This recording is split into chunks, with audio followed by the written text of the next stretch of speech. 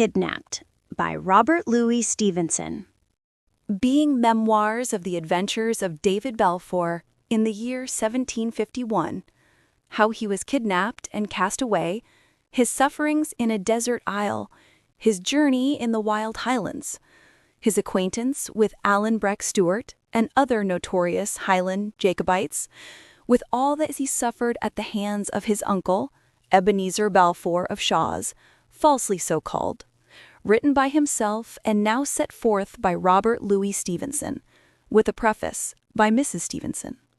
Preface to the biographical edition. While my husband and Mr. Henley were engaged in writing plays in Bournemouth, they made a number of titles, hoping to use them in the future. Dramatic composition was not what my husband preferred, but the torrent of Mr. Henley's enthusiasm swept him off his feet. However, after several plays had been finished and his health seriously impaired by his endeavors to keep up with Mr. Henley, playwriting was abandoned forever, and my husband returned to his legitimate vocation. Having added one of the titles, The Hanging Judge, to the list of projected plays, now thrown aside, and emboldened by my husband's offer to give me any help needed, I concluded to try and write it myself. As I wanted a trial scene in the Old Bailey, I chose the period of 1700 for my purpose. But being shamefully ignorant of my subject, and my husband confessing to little more knowledge than I possessed, a London bookseller was commissioned to send us everything he could procure bearing on Old Bailey trials. A great package came in response to our order, and very soon we were both absorbed, not so much in the trials as in following the brilliant career of a Mr. Garrow, who appeared as counsel in many of the cases. We sent for more books, and yet more, still intent on Mr. Garrow, whose subtle cross-examination of witnesses and masterly, if sometimes startling methods of arriving at the truth seemed more thrilling to us than any novel. Occasionally, other trials than those of the Old Bailey would be included in the package of books we received from London. Among these, my husband found and read with avidity The Trial of James Stewart in Aucharn in Durer of Appin for the murder of Colin Campbell of Glenure, Esquire, factor for His Majesty on the forfeited estate of Ardfield. My husband was always interested in this period of his country's history, and had already the intention of writing a story that should turn on the Appin murder. The tale was to be of a boy, David Balfour, supposed to belong to my husband's own family, who should travel in Scotland as though it were a foreign country, meeting with various adventures and misadventures by the way. From the trial of James Stewart, my husband gleaned much valuable material for his novel, the most important being the character of Alan Breck. Aside from having described him as smallish in stature, my husband seems to have taken Alan Breck's personal appearance, even to his clothing, from the book. A letter from James Stewart to Mr. John Macfarlane, introduced as evidence in the trial, says there is one Alan Stewart, a distant friend of the late Archie's, who is in the French service, and came over in March last, as he said to some, in order to settle at home, to others that he was to go soon back, and was, as I hear, the day that the murder was committed, seen not far from the place where it happened, and is not now to be seen, by which it is believed he was the actor. He is a desperate foolish fellow, and if he is guilty, came to the country for that very purpose. He is a tall, pock-pitted lad, very black hair, and wore a blue coat and metal buttons, an old red vest and breeches of the same color. A second witness testified to having seen him wearing a blue coat with silver buttons, a red waistcoat, black shag breeches, tartan hose, and a feathered hat with a big coat, dun-colored, a costume referred to by one of the counsel as French clothes, which were remarkable.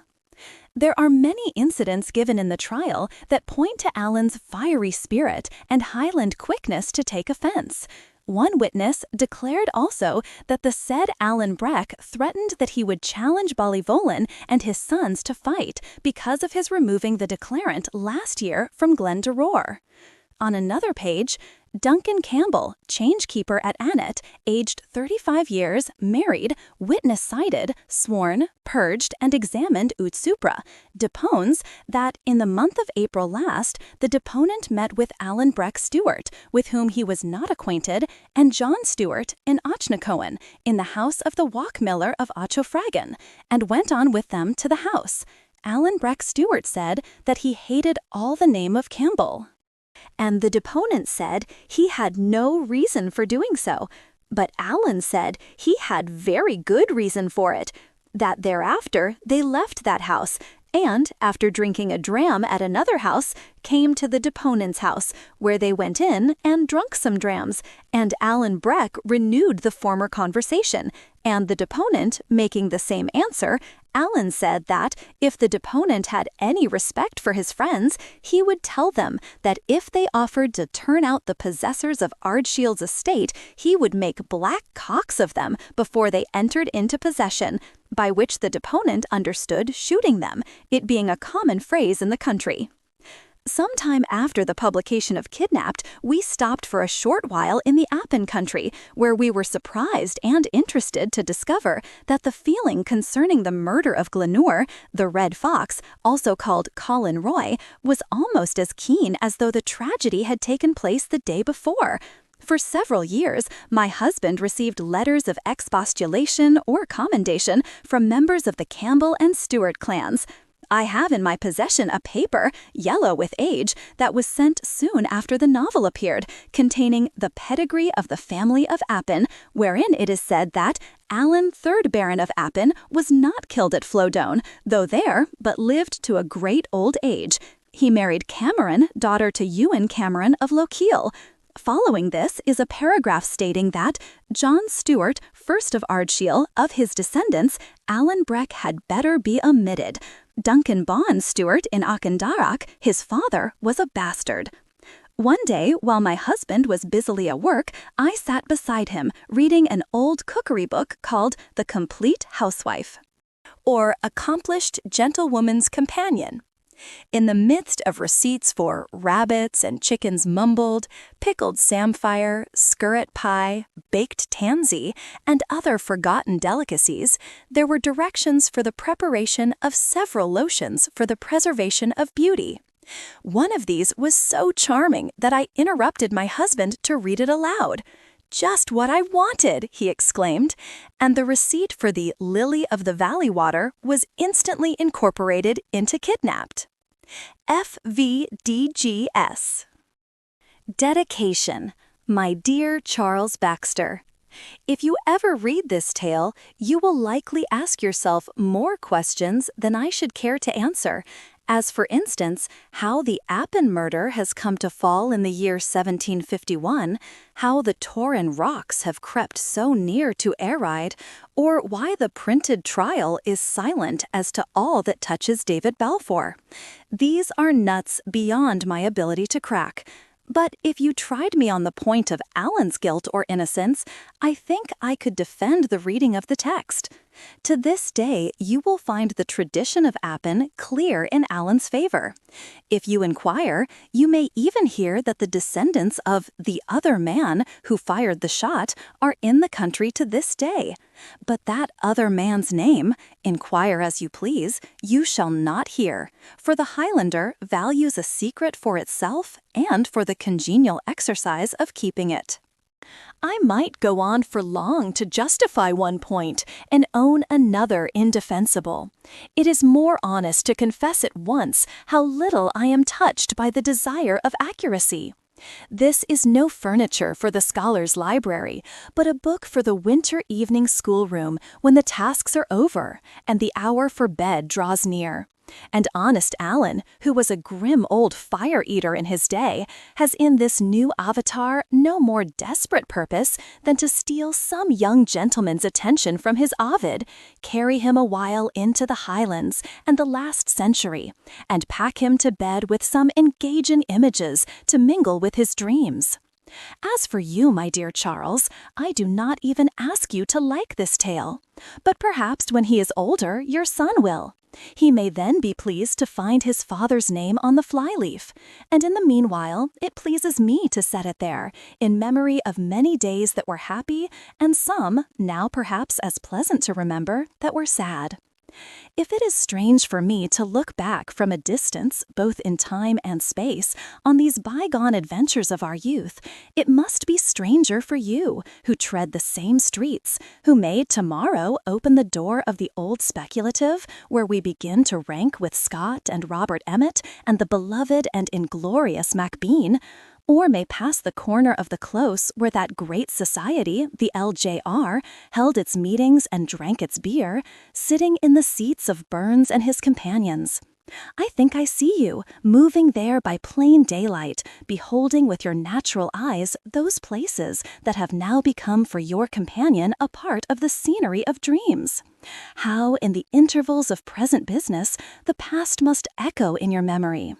Let it not echo often without some kind thoughts of your friend, R.L.S. Scarivore, Bournemouth. Chapter 1. I set off upon my journey to the House of Shaws. I will begin the story of my adventures with a certain morning early in the month of June, the year of grace 1751, when I took the key for the last time out of the door of my father's house. The sun began to shine upon the summit of the hills as I went down the road, and by the time I had come as far as the manse, the blackbirds were whistling in the garden lilacs, and the mist that hung around the valley in the time of the dawn was beginning to arise and die away. Mr. Campbell, the minister of Essendon, was waiting for me by the garden gate. Good man. He asked me if I had breakfasted, and hearing that I lacked for nothing, he took my hand in both of his and clapped it kindly under his arm.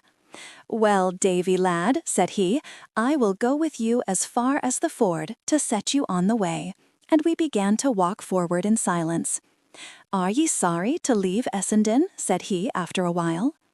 "Why, sir," said I, "if I knew where I was going, or what was likely to become of me, I would tell you candidly. Essendon is a good place indeed, and I have been very happy there, but then I have never been anywhere else. My father and mother, since they are both dead, I shall be no nearer to in Essendon than in the kingdom of Hungary, and, to speak truth, if I thought I had a chance to better myself where I was going, I would go with a good will." "Aye," said Mr. Campbell, "very well, Davy, then it behoves me to tell your fortune, or so far as I may. When your mother was gone, and your father, the worthy Christian man, began to sicken for his end, he gave me in charge a certain letter, which he said was your inheritance. So soon, says he, as I am gone, and the house is redd up, and the gear disposed of, all which, Davy, hath been done, give my boy this letter into his hand, and start him off to the House of Shaws, not far from Cramond. That is the place I came from, he said, and it's where it befits that my boy should return. He is a steady lad, your father said, and a canny goer, and I doubt not he will come safe and be well liked where he goes." "The House of Shaws," I cried. "What had my poor father to do with the House of Shaws?"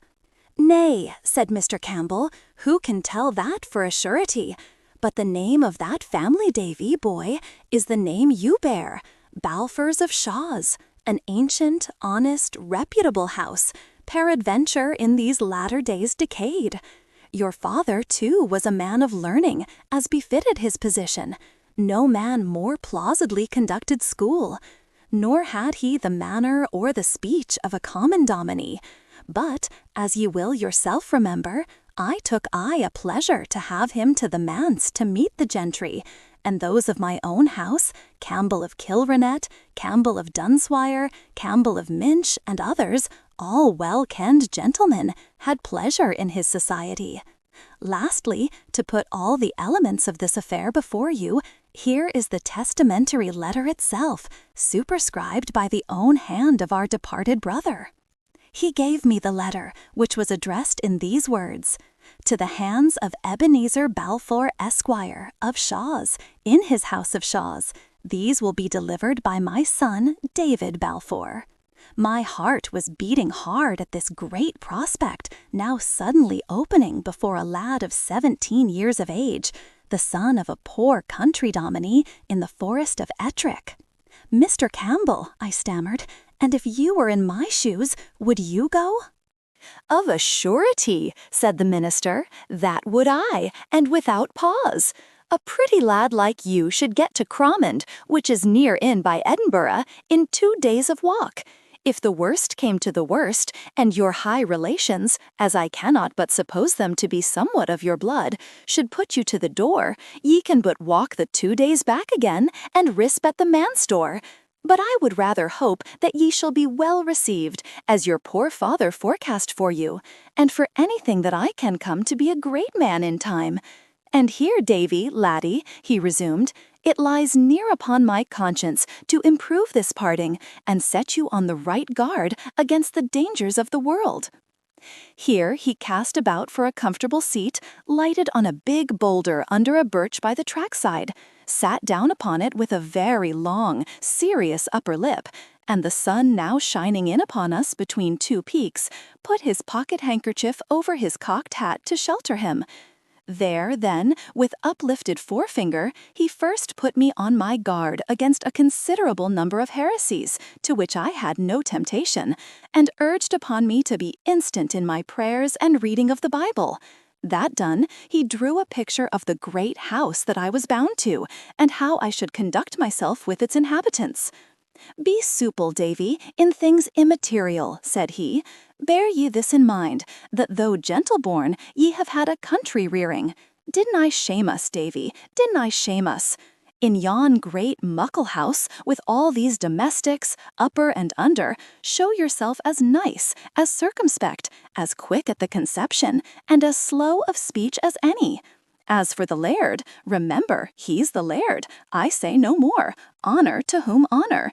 It's a pleasure to obey a laird, or should be to the young." "Well, sir," said I, "it may be, and I'll promise you I'll try to make it so."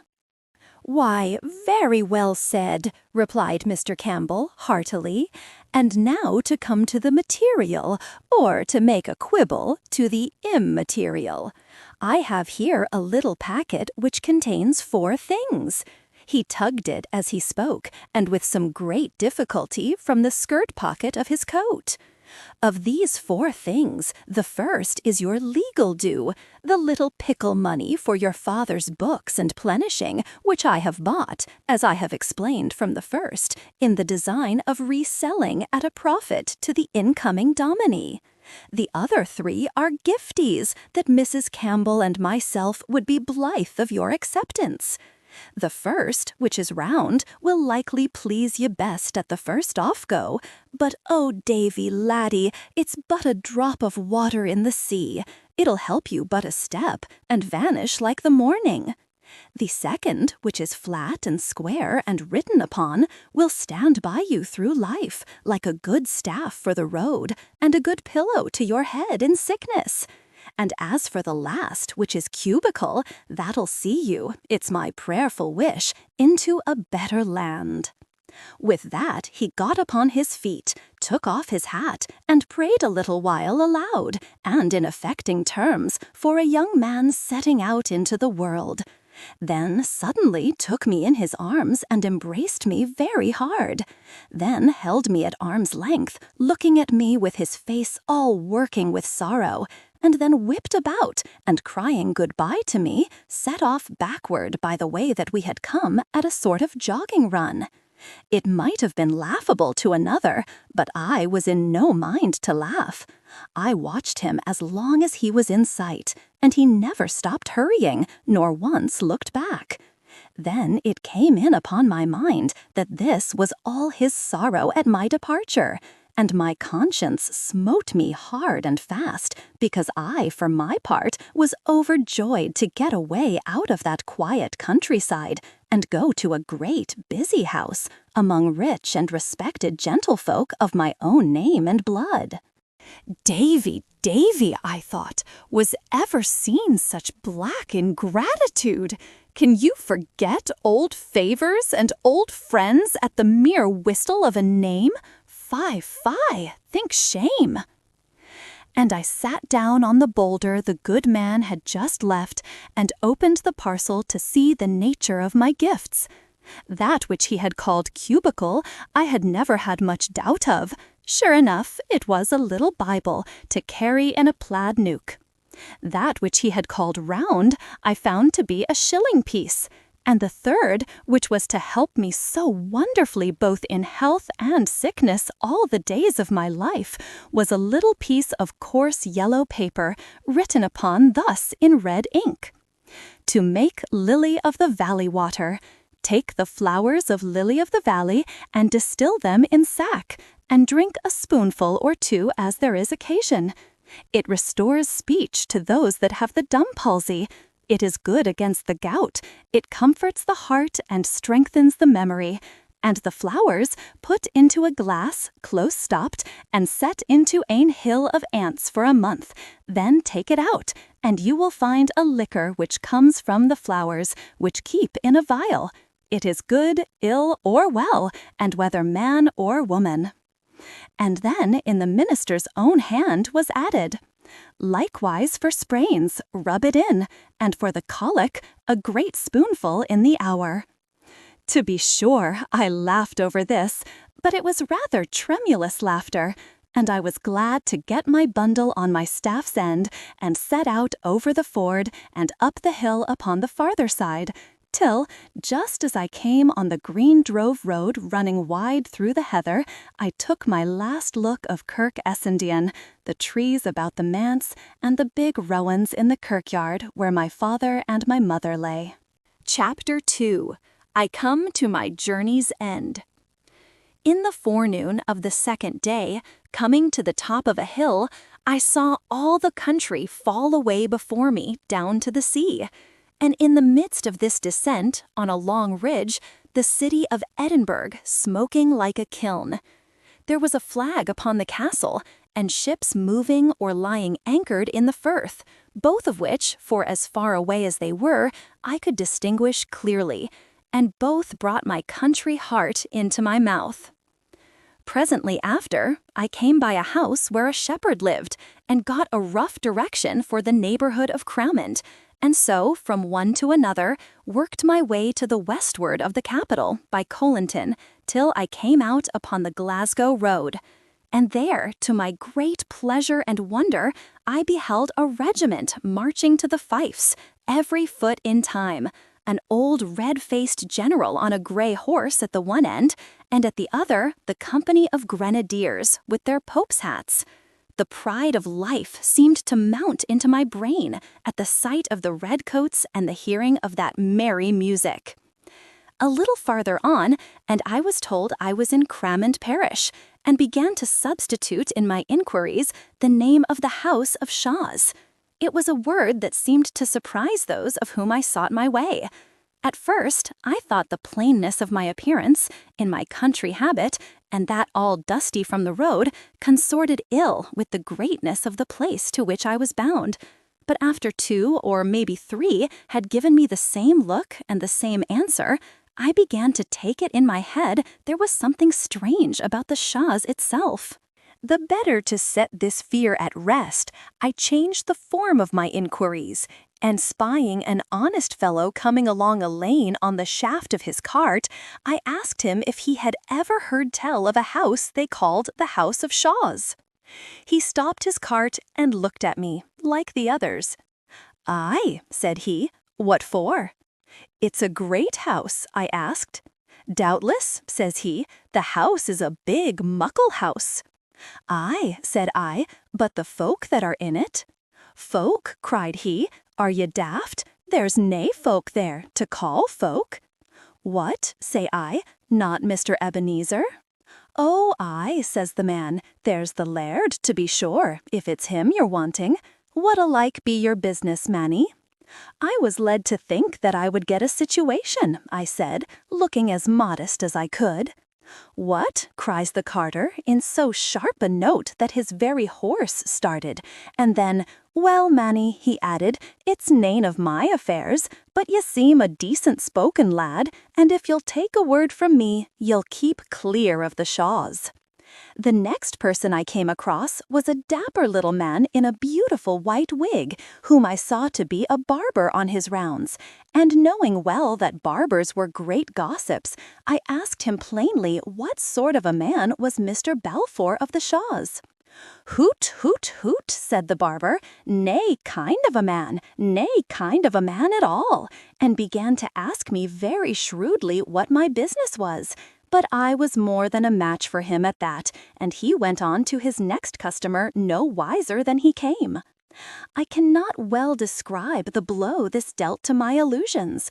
The more indistinct the accusations were, the less I liked them, for they left the wider field to fancy. What kind of a great house was this, that all the parish should start and stare to be asked the way to it? Or what sort of a gentleman, that his ill fame should be thus current on the wayside? If an hour's walking would have brought me back to Essendon, I had left my adventure then and there, and returned to Mr. Campbell's. But when I had come so far away already, mere shame would not suffer me to desist till I had put the matter to the touch of proof. I was bound, out of mere self-respect, to carry it through, and little as I liked the sound of what I heard, and slow as I began to travel, I still kept asking my way, and still kept advancing.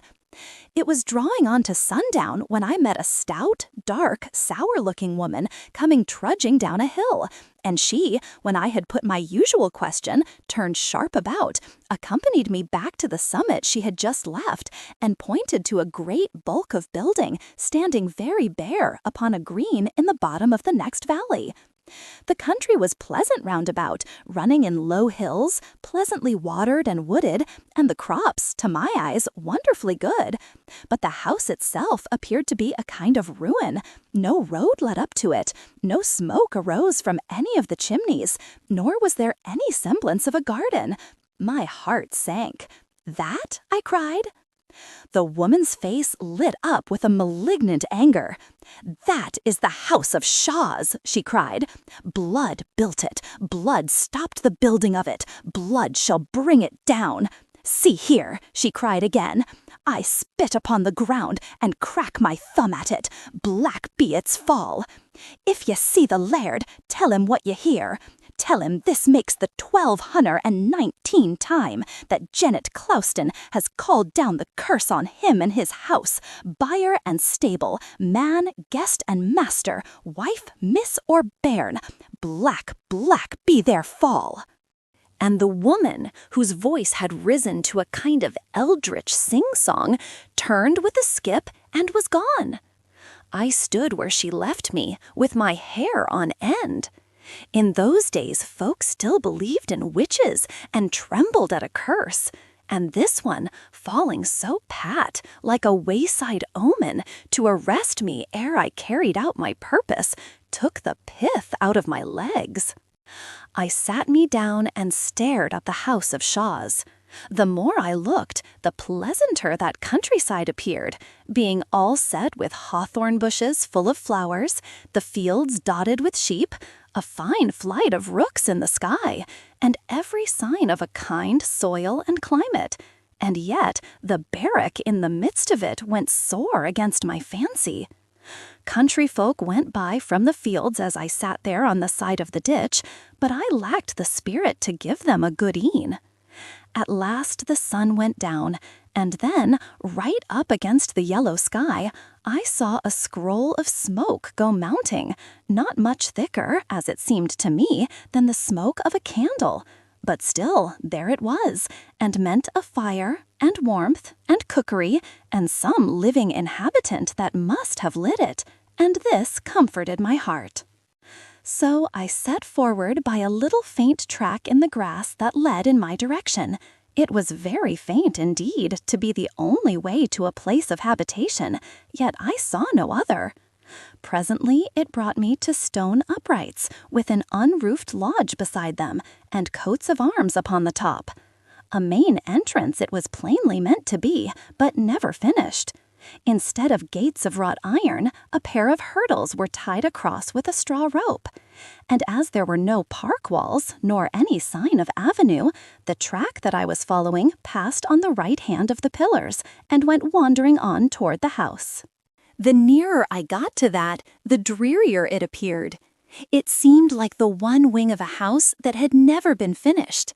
What should have been the inner end stood open on the upper floors and showed against the sky with steps and stairs of uncompleted masonry. Many of the windows were unglazed, and bats flew in and out like doves out of a dovecote. The night had begun to fall as I got close, and in 3 of the lower windows, which were very high up and narrow and well barred, the changing light of a little fire began to glimmer. Was this the palace I had been coming to? Was it within these walls that I was to seek new friends and begin great fortunes? Why, in my father's house on Essenwater side, the fire and the bright lights would show a mile away, and the door open to a beggar's knock. I came forward cautiously, and giving ear as I came, heard someone rattling with dishes, and a little dry, eager cough that came in fits, but there was no sound of speech, and not a dog barked. The door, as well as I could see it in the dim light, was a great piece of wood all studded with nails, and I lifted my hand with a faint heart under my jacket and knocked once. Then I stood and waited. The house had fallen into a dead silence. A whole minute passed away and nothing stirred but the bats overhead. I knocked again and hearkened again. By this time, my ears had grown so accustomed to the quiet that I could hear the ticking of the clock inside as it slowly counted out the seconds. But whoever was in that house kept deadly still and must have held his breath. I was in 2 minds whether to run away, but anger got the upper hand, and I began instead to rain kicks and buffets on the door and to shout out aloud for Mr. Balfour. I was in full career when I heard the cough right overhead, and jumping back and looking up, beheld a man's head in a tall nightcap and the bell mouth of a blunderbuss at one of the first-story windows. "It's loaded," said a voice. "I have come here with a letter," I said, "to Mr. Ebenezer Balfour of Shaw's. Is he here?" "From whom is it?" asked the man with the blunderbuss.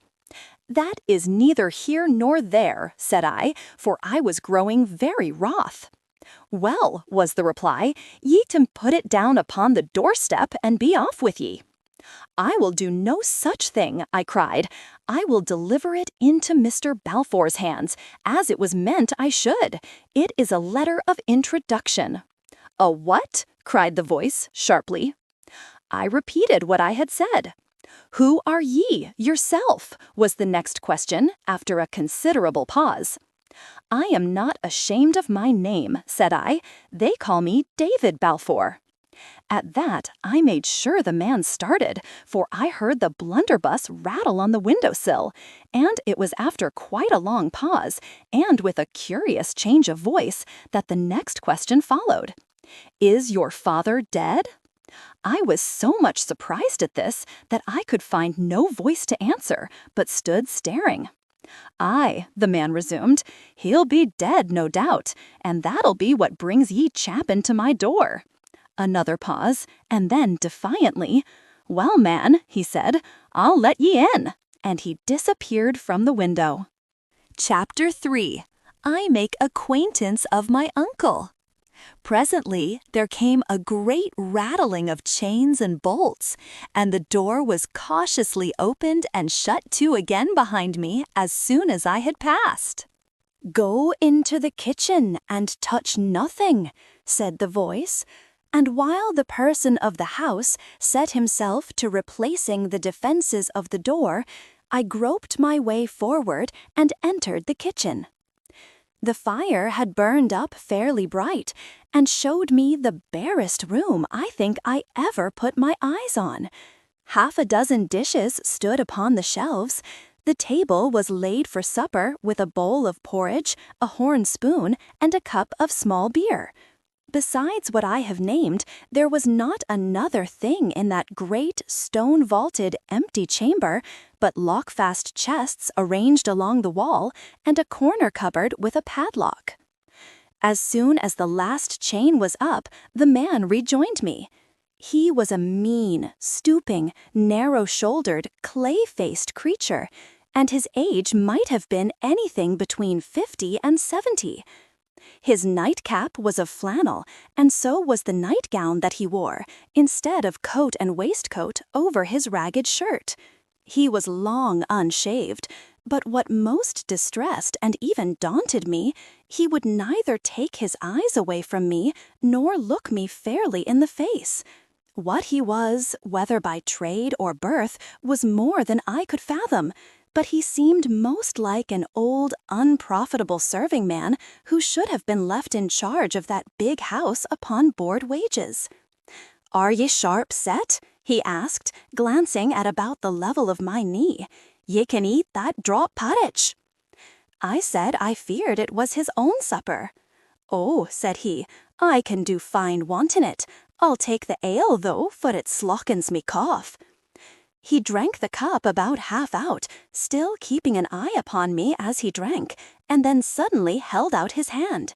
"Let's see the letter," said he. I told him the letter was for Mr. Balfour, not for him. "And who do you think I am?" says he. "Give me Alexander's letter." "You know my father's name?" "It would be strange if I didn't," he returned, "for he was my born brother, and little as you seem to like either me or my house or my good porridge, I'm your born uncle, Davy, my man, and you my born nephew. So give us the letter and sit down and fill your kite."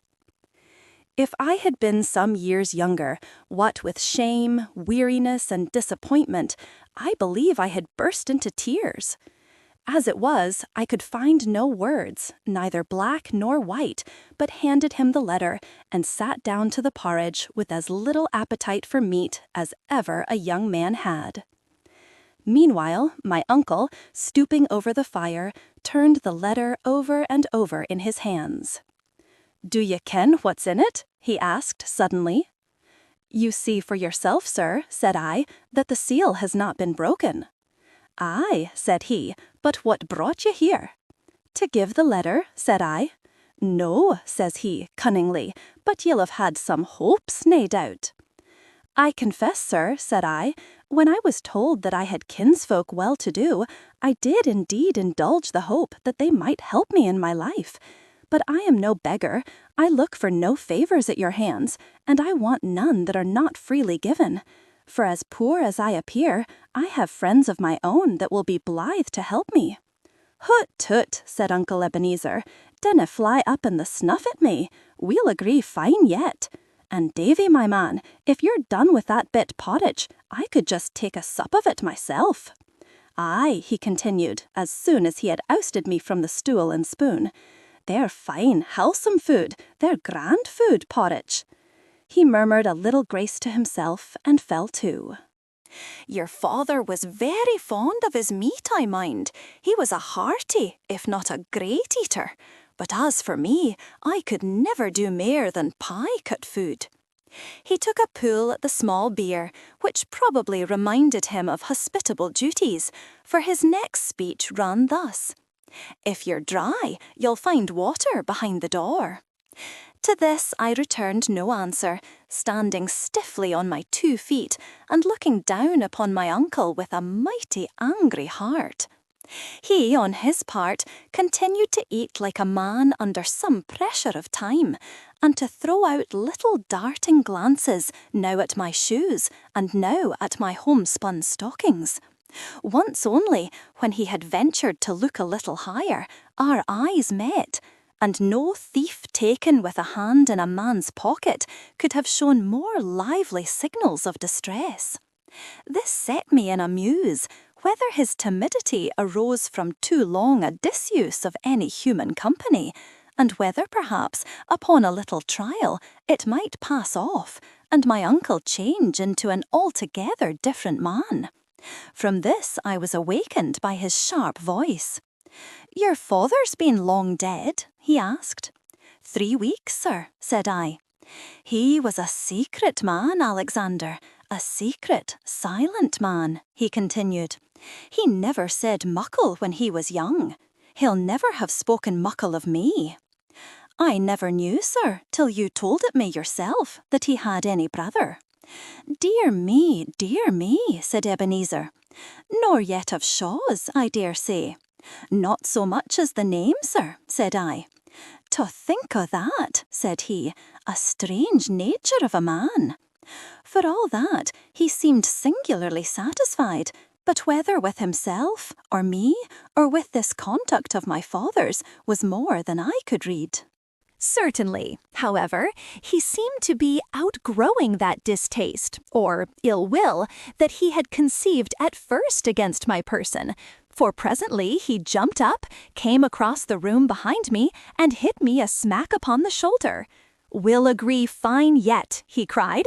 "I'm just as glad I let you in, and now come awa to your bed." To my surprise, he lit no lamp or candle, but set forth into the dark passage, groped his way, breathing deeply, up a flight of steps, and paused before a door, which he unlocked. I was close upon his heels, having stumbled after him as best I might, and then he bade me go in, for that was my chamber. I did as he bid, but paused after a few steps, and begged a light to go to bed with. "Hoot toot," said Uncle Ebenezer, "there's a fine moon." "Neither moon nor star, sir, and pit murk," said I canna see the bed." Hoot toot, said he, "lights in a house is a thing I dinnot agree with. I'm unco feared of fires. Good night to you, Davy, my man." And before I had time to add a further protest, he pulled the door to, and I heard him lock me in from the outside. I did not know whether to laugh or cry. The room was as cold as a well, and the bed, when I had found my way to it, as damp as a peat hag. But by good fortune, I had caught up my bundle and my plaid, and rolling myself in the ladder, I lay down upon the floor under lee of the big bedstead, and fell speedily asleep. With the first peep of day, I opened my eyes to find myself in a great chamber, hung with stamped leather, furnished with fine embroidered furniture, and lit by 3 fair windows. 10 years ago, or perhaps 20, it must have been as pleasant a room to lie down or to awaken as a man could wish. But damp, dirt, disuse, and the mice and spiders had done their worst since then. Many of the window panes, besides, were broken. And indeed, this was so common a feature in that house that I believe my uncle must at some time have stood a siege from his indignant neighbors, perhaps with Janet Clouston at their head. Meanwhile, the sun was shining outside, and being very cold in that miserable room, I knocked and shouted till my jailer came and let me out. He carried me to the back of the house, where was a draw-well, and told me to wash my face there if I wanted. And when that was done, I made the best of my own way back to the kitchen, where he had lit the fire and was making the porridge. The table was laid with 2 bowls and 2 horn spoons, but the same single measure of small beer. Perhaps my eye rested on this particular with some surprise, and perhaps my uncle observed it, for he spoke up as if in answer to my thought, asking me if I would like to drink ale, for so he called it. I told him such was my habit, but not to put himself about. "Na, said he, "I'll deny you nothing in reason." He fetched another cup from the shelf, and then, to my great surprise, instead of drawing more beer, he poured an accurate half from one cup to the other. There was a kind of nobleness in this that took my breath away. If my uncle was certainly a miser, he was one of that thorough breed that goes near to make the vice respectable. When we had made an end of our meal, my Uncle Ebenezer unlocked a drawer and drew out of it a clay pipe and a lump of tobacco, from which he cut one fill before he locked it up again. Then he sat down in the sun at one of the windows and silently smoked. From time to time, his eyes came coasting round to me, and he shot out one of his questions. Once it was, "And your mother?" And when I had told him that she too was dead, "Aye, she was a bonny lassie," Then, after another long pause, "Who were these friends of yours?" I told him they were different gentlemen of the name of Campbell, though indeed there was only one, and that the minister, that had ever taken the least note of me. But I began to think my uncle made too light of my position, and finding myself all alone with him, I did not wish him to suppose me helpless.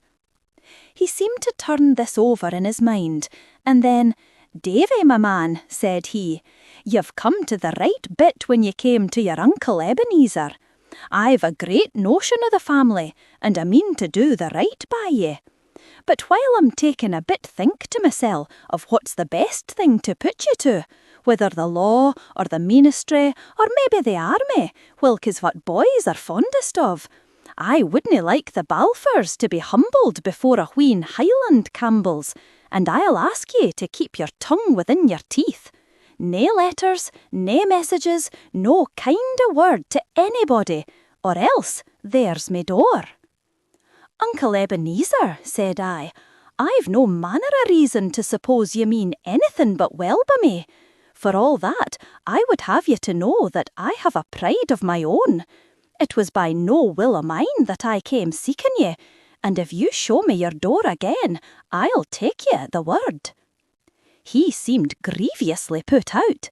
"Hoots toots," said he, "ca canny, man, ca canny. Bide a day or two. I'm nae warlock to find a fortune for ye in the bottom of a porridge bowl, but just you give me a day or two, and say nothing to naebody, and as sure, I'll do the right by ye." "Very well," said I, "enough said. If you want to help me, there's no doubt but I'll be glad of it, and none but I'll be grateful." It seemed to me, too soon, I dare say, that I was getting the upper hand of my uncle, and I began next to say that I must have the bed and bedclothes aired and put to sun-dry, for nothing would make me sleep in such a pickle. "Is this my house or yours?" said he, in his keen voice, and then all of a sudden broke off. "Na," said he, "I didna mean that. What's mine is yours, Davy, my man, and what's yours is mine. Blood's thicker than water, and there's naebody but you and me that ought the name." And then on he rambled about the family and its ancient greatness, and his father that began to enlarge the house, and himself that stopped the building as a sinful waste. And this put it in my head to give him Jennet Clouston's message. "The limmer," he cried, 1215, that's every day since I had the limmer rowpit. Dod, David, I'll have her roasted on red peats before I'm by with it. A witch, a proclaimed witch. I'll aff and see the session clerk." And with that, he opened a chest and got out a very old and well-preserved blue coat and waistcoat, and a good enough beaver hat, both without lace. These he threw on anyway, and taking a staff from the cupboard, locked all up again, and was for setting out, when a thought arrested him. "I cannot leave you by yourself in the house," said he. "I'll have to lock you out." The blood came to my face.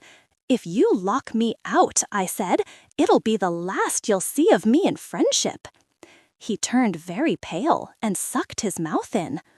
"This is no the way," he said, looking wickedly at a corner of the floor. "This is no the way to win my favor, David." "Sir," says I, "with a proper reverence for your age and our common blood, I do not value your favor at a bottle's purchase. I was brought up to have a good conceit of myself, and if you were all the uncle and all the family I had in the world 10 times over, I wouldn't buy your liking at such prices." Uncle Ebenezer went and looked out of the window for a while. I could see him all trembling and twitching like a man with palsy. But when he turned round, he had a smile upon his face. "Well, well," said he, "we must bear and forbear. I'll no go, that's all that's to be said of it." "Uncle Ebenezer," I said, "I can make nothing out of this. You use me like a thief. You hate to have me in this house. You let me see it, every word and every minute. It's not possible that you can like me. And as for me, I've spoken to you as I never thought to speak to any man. Why do you seek to keep me then? Let me gang back to the friends I have and that like me." "Na, na, na, na," he said, very earnestly. "I like you fine, we'll agree fine yet, and for the honor of the house, I couldn't let you leave the way you came.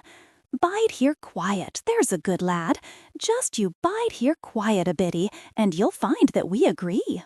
"Well, sir," said I, after I had thought the matter out in silence, "I'll stay a while. It's more just I should be helped by my own blood than strangers, and if we don't agree, I'll do my best it shall be through no fault of mine."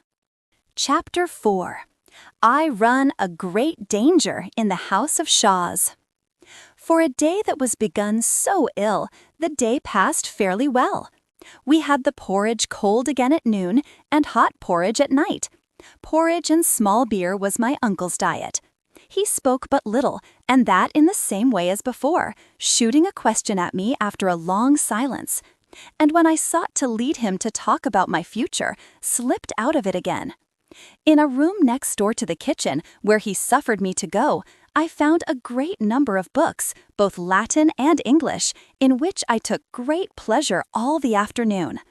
Indeed, the time passed so lightly in this good company that I began to be almost reconciled to my residence at Shaw's, and nothing but the sight of my uncle and his eyes playing hide and seek with mine revived the force of my distrust. One thing I discovered which put me in some doubt. This was an entry on the fly-leaf of a chapbook, one of Patrick Walker's, plainly written by my father's hand and thus conceived: "To my brother Ebenezer on his 5th birthday." Now, what puzzled me was this, that as my father was of course the younger brother, he must either have made some strange error, or he must have written, before he was yet 5, an excellent, clear, manly hand of writing. I tried to get this out of my head, but though I took down many interesting authors, old and new, history, poetry, and storybook, this notion of my father's hand of writing stuck to me, and when at length I went back into the kitchen and sat down once more to porridge and small beer, the first thing I said to Uncle Ebenezer was to ask him if my father had not been very quick at his book. "Alexander, know him," was the reply. "I was far quicker myself. I was a clever chappie when I was young. Why, I could read as soon as he could." This puzzled me yet more, and a thought coming into my head, I asked if he and my father had been twins. He jumped upon his stool, and the horn spoon fell out of his hand upon the floor. "What gars ye ask that?" he said, and he caught me by the breast of the jacket, and looked this time straight into my eyes. His own were little and light, and bright like a bird's, blinking and winking strangely. "What do you mean?" I asked very calmly, for I was far stronger than he, and not easily frightened. "Take your hand from my jacket. This is no way to behave." My uncle seemed to make a great effort upon himself. "Dod man, David," he said, "you shouldn't speak to me about your father. That's where the mistake is." He sat a while and shook, blinking in his plate. "He was all the brother that ever I had," he added, but with no heart in his voice. And then he caught up his spoon and fell to supper again, but still shaking. Now, this last passage, this laying of hands upon my person and sudden profession of love for my dead father, went so clean beyond my comprehension that it put me into both fear and hope. On the one hand, I began to think my uncle was perhaps insane and might be dangerous. On the other, there came up into my mind, quite unbidden by me and even discouraged, a story, like some ballad I had heard folk singing, of a poor lad that was a rightful heir and a wicked kinsman that tried to keep him from his own. For why should my uncle play a part with a relative that came almost a beggar to his door, unless in his heart he had some cause to fear him? With this notion, all unacknowledged, but nevertheless getting firmly settled in my head, I now began to imitate his covert looks, so that we sat at table like a cat and a mouse, each stealthily observing the other. Not another word had he to say to me, black or white, but was busy turning something secretly over in his mind. And the longer we sat, and the more I looked at him, the more certain I became that the something was unfriendly to myself. When he had cleared the platter, he got out a single pipeful of tobacco, just as in the morning, turned round a stool into the chimney corner, and sat a while smoking, with his back to me. "Davy," he said at length, "I've been thinking." Then he paused, and said it again. "There's a wee bit siller that I half promised ye before ye were born," he continued. "Promised it to your father. Oh, nothing legal, ye understand, just gentlemen daffing at their wine. Well, I keep it that bit money separate. It was a great expense, but a promise is a promise, and it has grown by now to be a matter of just exactly, and here he paused and stumbled, of just exactly £40. This last he rapped out with a sidelong glance over his shoulder, and the next moment added, almost with a scream, "Scots." The pound Scots being the same thing as an English shilling, the difference made by this second thought was considerable. I could see, besides, that the whole story was a lie, invented with some end which it puzzled me to guess, and I made no attempt to conceal the tone of raillery in which I answered. "Oh, think again, sir. Pounds sterling, I believe." "That's what I said," returned my uncle. "Pounds sterling. And if ye'll step out by to the door a minute, just to see what kind of a night it is, I'll get it out to ye and call ye in again." I did his will, smiling to myself in my contempt that he should think I was so easily to be deceived. It was a dark night, with a few stars low down, and as I stood just outside the door, I heard a hollow moaning of wind far off among the hills. I said to myself there was something thundery and changeful in the weather, and little knew of what a vast importance that should prove to me before the evening passed. When I was called in again, my uncle counted out into my hand 37 golden guinea pieces. The rest was in his hand, in small gold and silver, but his heart failed him there, and he crammed the change into his pocket. "There," said he, "that'll show ye. I'm a queer man, and strange with strangers, but my word is my bond, and there's the proof of it."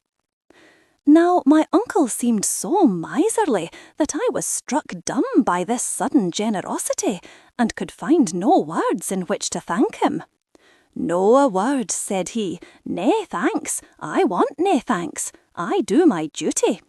I'm no saying that everybody would have done it, but for my part, though I'm a careful body too, it's a pleasure to me to do the right by my brother's son, and it's a pleasure to me to think that now we'll agree as such near friends should." I spoke him in return as handsomely as I was able, but all the while I was wondering what would come next, and why he had parted with his precious guineas, for as to the reason he had given, a baby would have refused it. Presently he looked towards me sideways. "And see here," says he, "tit for tat." I told him I was ready to prove my gratitude in any reasonable degree, and then waited, looking for some monstrous demand.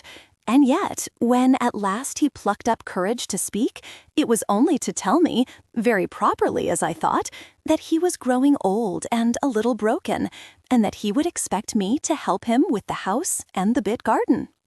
I answered and expressed my readiness to serve. "Well," he said, "let's begin." He pulled out of his pocket a rusty key. "There," says he, "there's the key of the stair tower at the far end of the house. You can only win into it from the outside, for that part of the house is no finished. Gang ye in there and up the stairs, and bring me down the chest that's at the top. There's papers in it," he added. "Can I have a light, sir?" said I. "Na," said he, very cunningly, "nae lights in my house." "Very well, sir," said I. "Are the stairs good?" "They're grand," said he. And then, as I was going, "Keep to the wall," he added. "There's nae banisters, but the stairs are grand underfoot." Out I went into the night. The wind was still moaning in the distance, though never a breath of it came near the house of Shaw's. It had fallen blacker than ever, and I was glad to feel along the wall till I came the length of the stair-tower door at the far end of the unfinished wing. I had got the key into the keyhole and had just turned it, when all upon a sudden, without sound of wind or thunder, the whole sky lighted up with wild fire and went black again. I had to put my hand over my eyes to get back to the color of the darkness, and indeed I was already half blinded when I stepped into the tower. It was so dark inside, it seemed a body could scarce breathe, but I pushed out with foot and hand and presently struck the wall with the one and the lowermost round of the stair with the other. The wall, by the touch, was of fine-hewn stone. The steps, too, though somewhat steep and narrow, were of polished mason-work, and regular and solid underfoot. Minding my uncle's word about the banisters, I kept close to the tower side, and felt my way in the pitch darkness with a beating heart. The house of Shaw's stood some 5 full stories high, not counting lofts. Well, as I advanced, it seemed to me the stair grew airier and a thought more lightsome, and I was wondering what might be the cause of this change, when a second blink of the summer lightning came and went. If I did not cry out, it was because fear had me by the throat, and if I did not fall, it was more by heaven's mercy than my own strength. It was not only that the flash shone in on every side through breaches in the wall, so that I seemed to be clambering aloft upon an open scaffold, but the same passing brightness showed me the steps were of unequal length, and that one of my feet rested that moment within 2 inches of the well. This was the grand stair, I thought, and with the thought, a gust of a kind of angry courage came into my heart. My uncle had sent me here, certainly to run great risks, perhaps to die. I swore I would settle that perhaps if I should break my neck for it. Got me down upon my hands and knees, and as slowly as a snail, feeling before me every inch and testing the solidity of every stone, I continued to ascend the stair. The darkness, by contrast with the flash, appeared to have redoubled. Nor was that all, for my ears were now troubled, and my mind confounded by a great stir of bats in the top part of the tower, and the foul beasts flying downwards sometimes beat about my face and body. The tower, I should have said, was square, and in every corner the step was made of a great stone of a different shape to join the flights. Well, I had come close to one of these turns when, feeling forward as usual, my hand slipped upon an edge and found nothing but emptiness beyond it. The stair had been carried no higher. To set a stranger mounting it in the darkness was to send him straight to his death. And, although, thanks to the lightning and my own precautions, I was safe enough, the mere thought of the peril in which I might have stood, and the dreadful height I might have fallen from, brought out the sweat upon my body and relaxed my joints. But I knew what I wanted now, and turned and groped my way down again with a wonderful anger in my heart. About halfway down, the wind sprang up in a clap and shook the tower, and died again. The rain followed, and before I had reached the ground level, it fell in buckets. I put out my head into the storm and looked along towards the kitchen. The door, which I had shut behind me when I left, now stood open and shed a little glimmer of light, and I thought I could see a figure standing in the rain, quite still, like a man hearkening. And then there came a blinding flash which showed me my uncle plainly, just where I had fancied him to stand, and hard upon the heels of it, a great tow row of thunder. Now, whether my uncle thought the crash to be the sound of my fall, or whether he heard in it God's voice denouncing murder, I will leave you to guess. Certain it is, at least, that he was seized on by a kind of panic fear, and that he ran into the house and left the door open behind him. I followed as softly as I could, and, coming unheard into the kitchen, stood and watched him. He had found time to open the corner cupboard and bring out a great case bottle of aqua vitae, and now sat with his back towards me at the table. Every and again he would be seized with a fit of deadly shuddering and groan aloud, and carrying the bottle to his lips, drink down the raw spirits by the mouthful. I stepped forward, came close behind him where he sat, and suddenly, clapping my 2 hands down upon his shoulders, "Ah!" cried I. My uncle gave a kind of broken cry like a sheep's bleat, flung up his arms, and tumbled to the floor like a dead man. I was somewhat shocked at this, but I had myself to look to first of all, and did not hesitate to let him lie as he had fallen. The keys were hanging in the cupboard, and it was my design to furnish myself with arms before my uncle should come again to his senses and the power of devising evil. In the cupboard were a few bottles, some apparently of medicine, a great many bills and other papers, which I should willingly enough have rummaged had I had the time, and a few necessities that were nothing to my purpose. Thence I turned to the chests. The first was full of meal, the second of money bags and papers tied into sheaves, in the third, with many other things, and these for the most part clothes, I found a rusty, ugly-looking Highland dirk without the scabbard. This then I concealed inside my waistcoat and turned to my uncle. He lay as he had fallen, all huddled, with one knee up and one arm sprawling abroad. His face had a strange color of blue, and he seemed to have ceased breathing. Fear came on me that he was dead.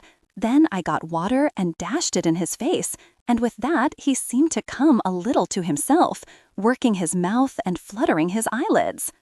At last he looked up and saw me, and there came into his eyes a terror that was not of this world. "Come, come," said I, "sit up." "Are ye alive?" he sobbed. "Oh, man, are ye alive?" "That am I," said I, "small thanks to you." He had begun to seek for his breath with deep sighs. "The blue phial," said he, "in the armory, the blue phial." His breath came slower still. I ran to the cupboard and, sure enough, found there a blue phial of medicine with the dose written on it on a paper, and this I administered to him with what speed I might. "It's the trouble," said he, reviving a little. "I have a trouble, Davy. It's the heart." I set him on a chair and looked at him. It is true I felt some pity for a man that looked so sick, but I was full besides of righteous anger, and I numbered over before him the points on which I wanted explanation. Why he lied to me at every word, why he feared that I should leave him, why he disliked it to be hinted that he and my father were twins. "Is that because it is true?" I asked. Why he had given me money to which I was convinced I had no claim, and last of all, why he had tried to kill me. He heard me all through in silence, and then, in a broken voice, begged me to let him go to bed. "I'll tell you the morn," he said, "as sure as death I will." And so weak was he that I could do nothing but consent.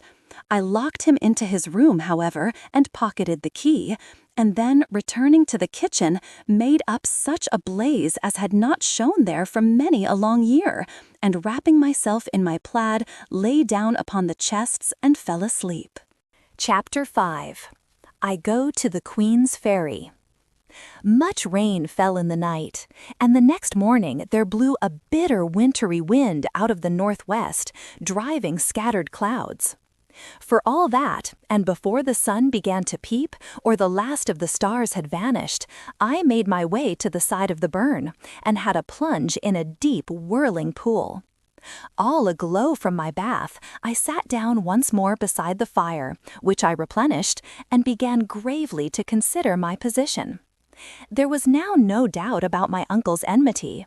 There was no doubt I carried my life in my hand, and he would leave no stone unturned that he might compass my destruction. But I was young and spirited, and like most lads that have been country-bred, I had a great opinion of my shrewdness. I had come to his door no better than a beggar and little more than a child. He had met me with treachery and violence. It would be a fine consummation to take the upper hand and drive him like a herd of sheep. I sat there nursing my knee and smiling at the fire, and I saw myself in fancy smell out his secrets one after another, and grow to be that man's king and ruler. The warlock of Essendon, they say, had made a mirror in which men could read the future. It must have been of other stuff than burning coal, for in all the shapes and pictures that I sat and gazed at, there was never a ship, never a seaman with a hairy cap, never a big bludgeon for my silly head, or the least sign of all those tribulations that were ripe to fall on me. Presently, all swollen with conceit, I went upstairs and gave my prisoner his liberty. He gave me good morning civilly, and I gave the same to him, smiling down upon him from the heights of my sufficiency. Soon we were set to breakfast, as it might have been the day before. "Well, sir," said I, with a jeering tone, "have you nothing more to say to me?" And then, as he made no articulate reply, "It will be time, I think, to understand each other," I continued. "You took me for a country Johnny Raw, with no more mother wit or courage than a porridge stick. I took you for a good man, or no worse than others at the least. It seems we were both wrong. What cause you have to fear me, to cheat me, and to attempt my life?" He murmured something about a jest, and that he liked a bit of fun, and then, seeing me smile, changed his tone, and assured me he would make all clear as soon as we had breakfasted. I saw by his face that he had no lie ready for me, though he was hard at work preparing one, and I think I was about to tell him so when we were interrupted by a knocking at the door.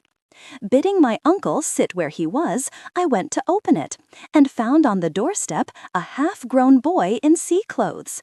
He had no sooner seen me than he began to dance some steps of the sea-hornpipe, which I had never before heard of, far less seen, snapping his fingers in the air and footing it right cleverly. For all that, he was blue with the cold, and there was something in his face, a look between tears and laughter, that was highly pathetic and consisted ill with this gaiety of manner. "What cheer, mate?" says he, with a cracked voice. I asked him soberly to name his pleasure. "Oh, pleasure," says he, and then began to sing. "For it's my delight of a shiny night in the season of the year." "Well," said I, "if you have no business at all, I will even be so unmannerly as to shut you out." "Stay, brother," he cried, "have you no fun about you, or do you want to get me thrashed? I've brought a letter from old Hesiozy to Mr. Bellflower." He showed me a letter as he spoke. "And I say, mate," he added, "I'm mortal hungry." "Well," said I, "come into the house, and you shall have a bite if I go empty for it." With that, I brought him in and set him down to my own place, where he fell to greedily on the remains of breakfast, winking to me between whiles, and making many faces, which I think the poor soul considered manly. Meanwhile, my uncle had read the letter and sat thinking. Then, suddenly, he got to his feet with a great air of liveliness and pulled me apart into the farthest corner of the room. "Read that," said he, and put the letter in my hand. Here it is, lying before me as I write. "The Hawes Inn at the Queen's Ferry. Sir, I lie here with my hawser up and down, and send my cabin boy to inform. If you have any further commands for overseas, today will be the last occasion, as the wind will serve us well out of the Firth.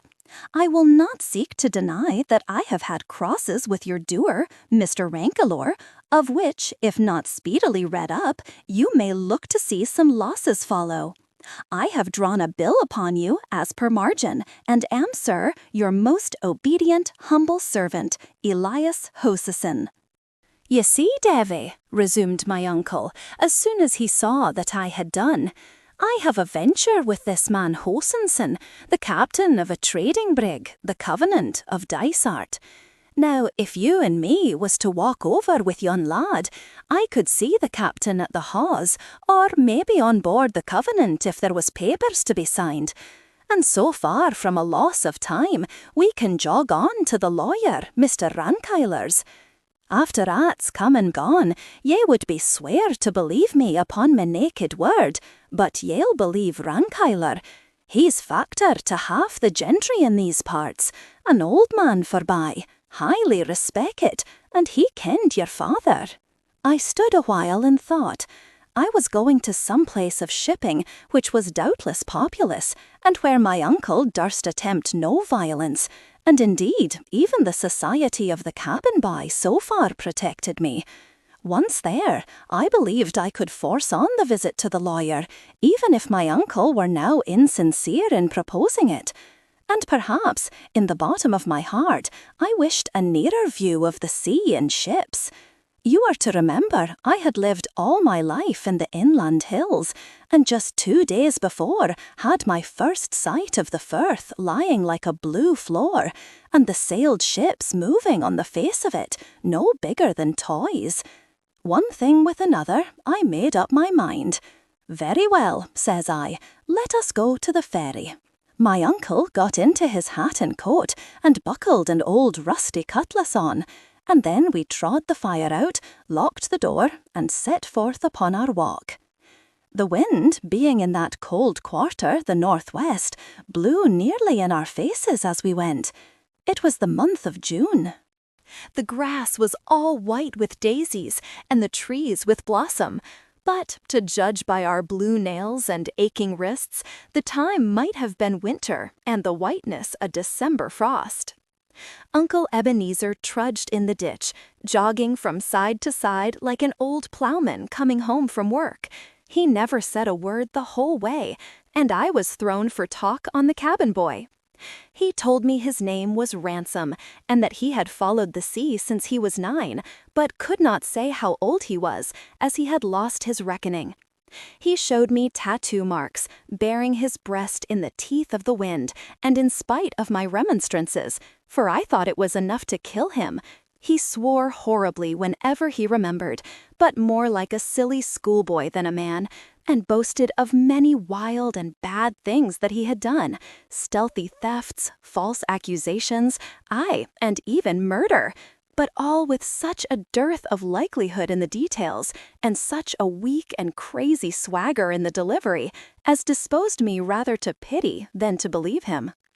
I asked him of the brig, which he declared was the finest ship that sailed, and of Captain Hosison, in whose praises he was equally loud. Easy-Ozy, for so he still named the skipper, was a man by his account that minded for nothing either in heaven or earth, one that, as people said, would crack on all sail into the day of judgment, rough, fierce, unscrupulous, and brutal, and all this my poor cabin boy had taught himself to admire as something seamanlike and manly. He would only admit one flaw in his idol. "He ain't no seaman," he admitted. "That's Mr. Shuan that navigates the brig. He's the finest seaman in the trade, only for drink. And I tell you, I believe it." "Why, look 'ere." And turning down his stocking, he showed me a great, raw, red wound that made my blood run cold. "He done that. Mr. Schwan done it," he said, with an air of pride. "What?" I cried. "Do you take such savage usage at his hands? Why, you are no slave to be so handled." "No," said the poor mooncalf, changing his tune at once, "and so he'll find. See 'ere." And he showed me a great case knife, which he told me was stolen. "Oh," says he, "let me see him try. I dare him to. I'll do for him. Oh, he ain't the first." And he confirmed it with a poor, silly, ugly oath. I have never felt such pity for anyone in this wide world as I felt for that half-witted creature, and it began to come over me that the brig Covenant, for all her pious name, was little better than a hell upon the seas. "Have you no friends?" said I. He said he had a father in some English seaport, I forget which. "He was a fine man, too," he said, "but he's dead." "In heaven's name," cried I, "can you find no reputable life on shore?" "Oh, no," says he, winking and looking very sly. "They would put me to a trade. I know a trick worth 2 of that, I do." I asked him what trade could be so dreadful as the one he followed, where he ran the continual peril of his life, not alone from wind and sea, but by the horrid cruelty of those who were his masters. He said it was very true, and then began to praise the life, and tell what a pleasure it was to get on shore with money in his pocket, and spend it like a man, and buy apples, and swagger, and surprise what he called stick-in-the-mud boys. "And then, it's not all as bad as that," says he. "There's worse off than me. There's the 20-pounders. Oh, laws, you should see them taking on. Why, I've seen a man as old as you, I dessay. To him, I seemed old. Ah, and he had a beard, too. Well, and as soon as we cleared out of the river, and he had the drug out of his head, my, how he cried and carried on. I made a fine fool of him, I tell you. And then there's little uns, too. Oh, little by me. I tell you, I keep them in order. When we carry little uns, I have a rope's end of my own to wallop 'em." And so he ran on, until it came in on me what he meant by 20-pounders were those unhappy criminals who were sent overseas to slavery in North America, or the still more unhappy innocents who were kidnapped or trepanned, as the word went, for private interest or vengeance. Just then we came to the top of the hill and looked down on the ferry and the Hope. The Firth of Forth, as is very well known, narrows at this point to the width of a good-sized river, which makes a convenient ferry going north and turns the upper reach into a landlocked haven for all manner of ships. Right in the midst of the narrows lies an islet with some ruins. On the south shore, they have built a pier for the service of the ferry, and at the end of the pier, on the other side of the road, and backed against a pretty garden of holly trees and hawthorns, I could see the building which they called the Hawes Inn. The town of Queensferry lies farther west, and the neighborhood of the inn looked pretty lonely at that time of day, for the boat had just gone north with passengers. A skiff, however, lay beside the pier, with some seamen sleeping on the thwarts. This, as Ransom told me, was the brig's boat waiting for the captain, and about half a mile off, and all alone in the anchorage, he showed me the Covenant herself. There was a sea-going bustle on board, yards were swinging into place, and as the wind blew from that quarter, I could hear the song of the sailors as they pulled upon the ropes. After all I had listened to upon the way, I looked at that ship with an extreme abhorrence, and from the bottom of my heart I pitied all poor souls that were condemned to sail in her.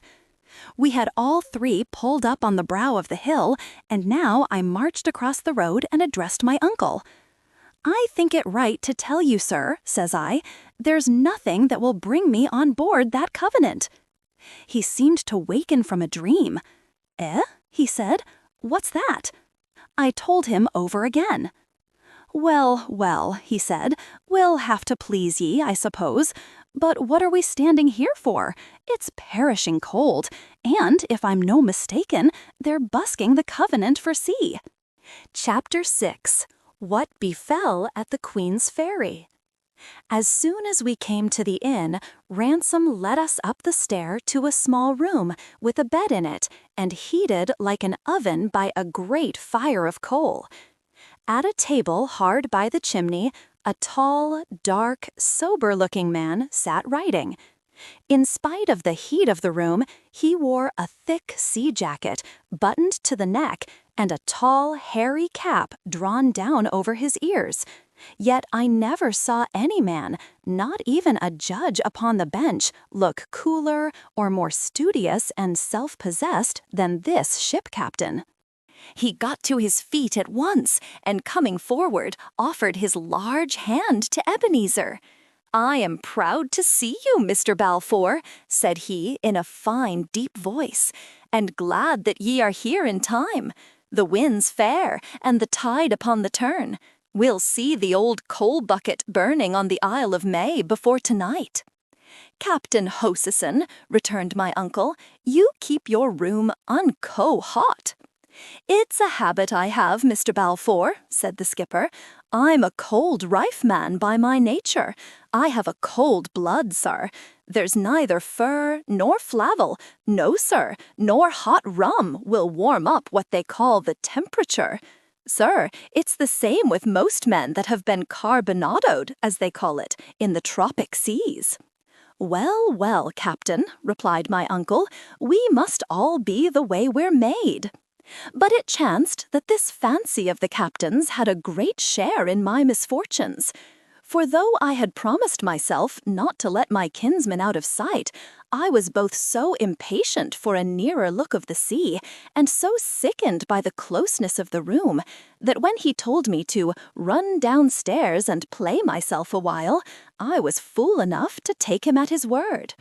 Away I went, therefore, leaving the two men sitting down to a bottle and a great mass of papers, and crossing the road in front of the inn, walked down upon the beach. With the wind in that quarter, only little wavelets, not much bigger than I had seen upon a lake, beat upon the shore. But the weeds were new to me, some green, some brown and long, and some with little bladders that crackled between my fingers. Even so far up the firth, the smell of the sea-water was exceedingly salt and stirring. The Covenant, besides, was beginning to shake out her sails, which hung upon the yards in clusters, and the spirit of all that I beheld put me in thoughts of far voyages and foreign places. I looked, too, at the seamen with the skiff, big brown fellows, some in shirts, some with jackets, some with colored handkerchiefs about their throats, one with a brace of pistols stuck into his pockets, 2 or 3 with knotty bludgeons, and all with their case knives. I passed the time of day with one that looked less desperate than his fellows, and asked him of the sailing of the brig. He said they would get under way as soon as the ebb set, and expressed his gladness to be out of a port where there were no taverns and fiddlers, but all with such horrifying oaths that I made haste to get away from him. This threw me back on Ransom, who seemed the least wicked of that gang, and who soon came out of the inn and ran to me, crying for a bowl of punch. I told him I would give him no such thing, for neither he nor I was of an age for such indulgences. "But a glass of ale you may have, and welcome," said I. He mopped and mowed at me and called me names, but he was glad to get the ale for all that, and presently we were set down at a table in the front room of the inn, and both eating and drinking with a good appetite. Here it occurred to me that, as the landlord was a man of that county, I might do well to make a friend of him. I offered him a share, as was much the custom in those days, but he was far too great a man to sit with such poor customers as Ransom and myself, and he was leaving the room when I called him back to ask if he knew Mr. Rankkeller. "Hoot, aye," says he, "and a very honest man. And, oh, by the by," says he, "was it you that came in with Ebenezer?" And when I had told him yes, "You'll be no friend of his?" he asked, meaning in the Scottish way that I would be no relative. I told him no, none. "I thought not," said he, "and yet ye have a kind of glyph of Mr. Alexander." I said it seemed that Ebenezer was ill seen in the country. "Nae doubt," said the landlord. "He's a wicked auld man, and there's many would like to see him gernin in the toe. Jennet Clouston and money mair that he has harried out of house and hame. And yet he was ance a fine young fellow too. But that was before the sach gaed abroad about Mr. Alexander. That was like the death of him." "And what was it?" I asked. "Oh, just that he had killed him," said the landlord. "Did you never hear that?" "And what would he kill him for?" said I. "And what for, but just to get the place," said he. "The place?" said I. "The Shaws?" "Nae other place that I ken," said he. "Aye, man," said I, "is that so? Was Alexander the eldest son?" "'Deed was he," said the landlord. "What else would he have killed him for?"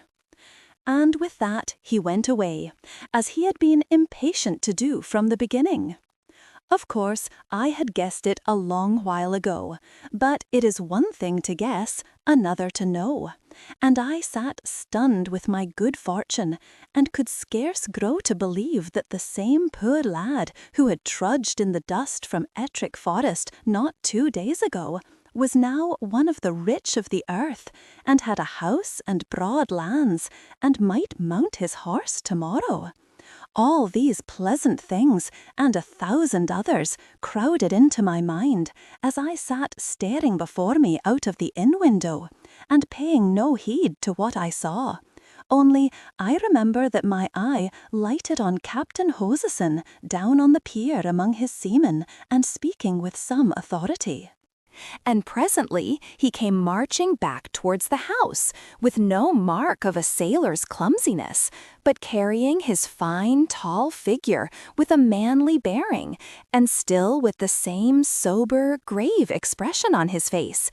I wondered if it was possible that Ransom's stories could be true, and half disbelieved them. They fitted so ill with the man's looks. But indeed, he was neither so good as I supposed him, nor quite so bad as Ransom did, for, in fact, he was 2 men, and left the better one behind as soon as he set foot on board his vessel.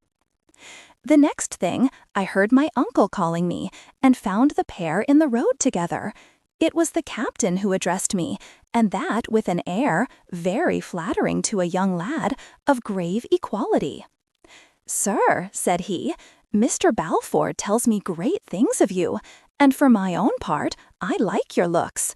I wish I was for longer here, that we might make the better friends, but we'll make the most of what we have. Ye shall come on board my brig for half an hour, till the ebb sets, and drink a bowl with me." Now I longed to see the inside of a ship more than words can tell, but I was not going to put myself in jeopardy, and I told him my uncle and I had an appointment with a lawyer. "Aye, aye," said he. "He passed me word of that.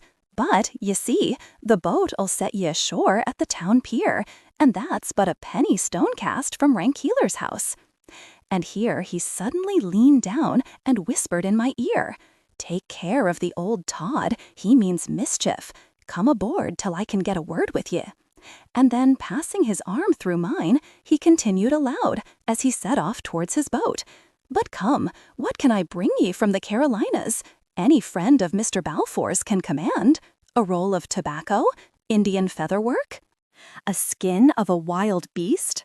A stone pipe? The mockingbird that mews for all the world like a cat? The cardinal bird that is as red as blood? Take your pick and say your pleasure."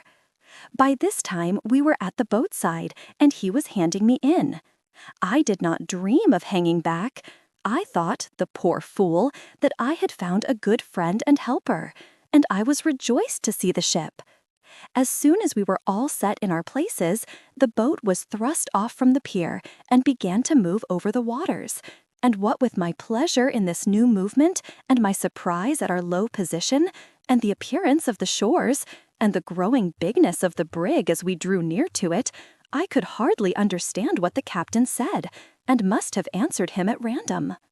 As soon as we were alongside, where I sat fairly gaping at the ship's height, the strong humming of the tide against its sides, and the pleasant cries of the seamen at their work, Hosison, declaring that he and I must be the first aboard, ordered a tackle to be sent down from the mainyard. In this I was whipped into the air and set down again on the deck, where the captain stood ready waiting for me, and instantly slipped back his arm under mine. There I stood some while, a little dizzy with the unsteadiness of all around me, perhaps a little afraid, and yet vastly pleased with these strange sights. The captain, meanwhile, pointing out the strangest and telling me their names and uses. "But where is my uncle?" said I suddenly. "Aye," said Hosison with a sudden grimness, "that's the point." I felt I was lost. With all my strength, I plucked myself clear of him and ran to the bulwarks. Sure enough, there was the boat pulling for the town, with my uncle sitting in the stern. I gave a piercing cry, "Help! Help! Murder!" so that both sides of the anchorage rang with it, and my uncle turned round where he was sitting and showed me a face full of cruelty and terror. It was the last I saw. Already strong hands had been plucking me back from the ship's side, and now a thunderbolt seemed to strike me. I saw a great flash of fire and fell senseless.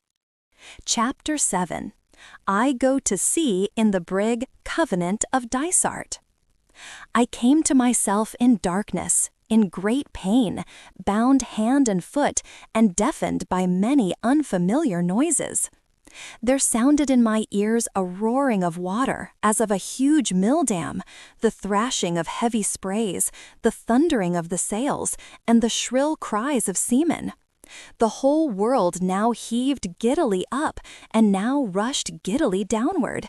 And so sick and hurt was I in body, and my mind so much confounded, that it took me a long while, chasing my thoughts up and down, and ever stunned again by a fresh stab of pain, to realize that I must be lying somewhere, bound in the belly of that unlucky ship, and that the wind must have strengthened to a gale. With the clear perception of my plight, there fell upon me a blackness of despair, a horror of remorse at my own folly, and a passion of anger at my uncle, that once more bereft me of my senses. When I returned again to life, the same uproar, the same confused and violent movements, shook and deafened me, and presently, to my other pains and distresses, there was added the sickness of an unused landsman on the sea. In that time of my adventurous youth, I suffered many hardships, but none that was so crushing to my mind and bide, or lit by so few hopes, as these first hours aboard the brig. I heard a gunfire, and supposed the storm had proved too strong for us, and we were firing signals of distress. The thought of deliverance, even by death in the deep sea, was welcome to me. Yet it was no such matter, but, as I was afterwards told, a common habit of the captain's, which I here set down to show that even the worst man may have his kindlier side. We were then passing, it appeared, within some miles of Dysart, where the brig was built, and where old Mrs. Hosison, the captain's mother, had come some years before to live. And whether outward or inward bound, the Covenant was never suffered to go by that place by day without a gun fired and color shown. I had no measure of time. Day and night were alike in that ill-smelling cavern of the ship's bowels where I lay, and the misery of my situation drew out the hours to double. How long, therefore, I lay waiting to hear the ship split upon some rock, or to feel her reel head foremost into the depths of the sea, I have not the means of computation. But sleep at length stole from me the consciousness of sorrow. I was awakened by the light of a hand lantern shining in my face. A small man of about 30, with green eyes and a tangle of fair hair, stood looking down at me.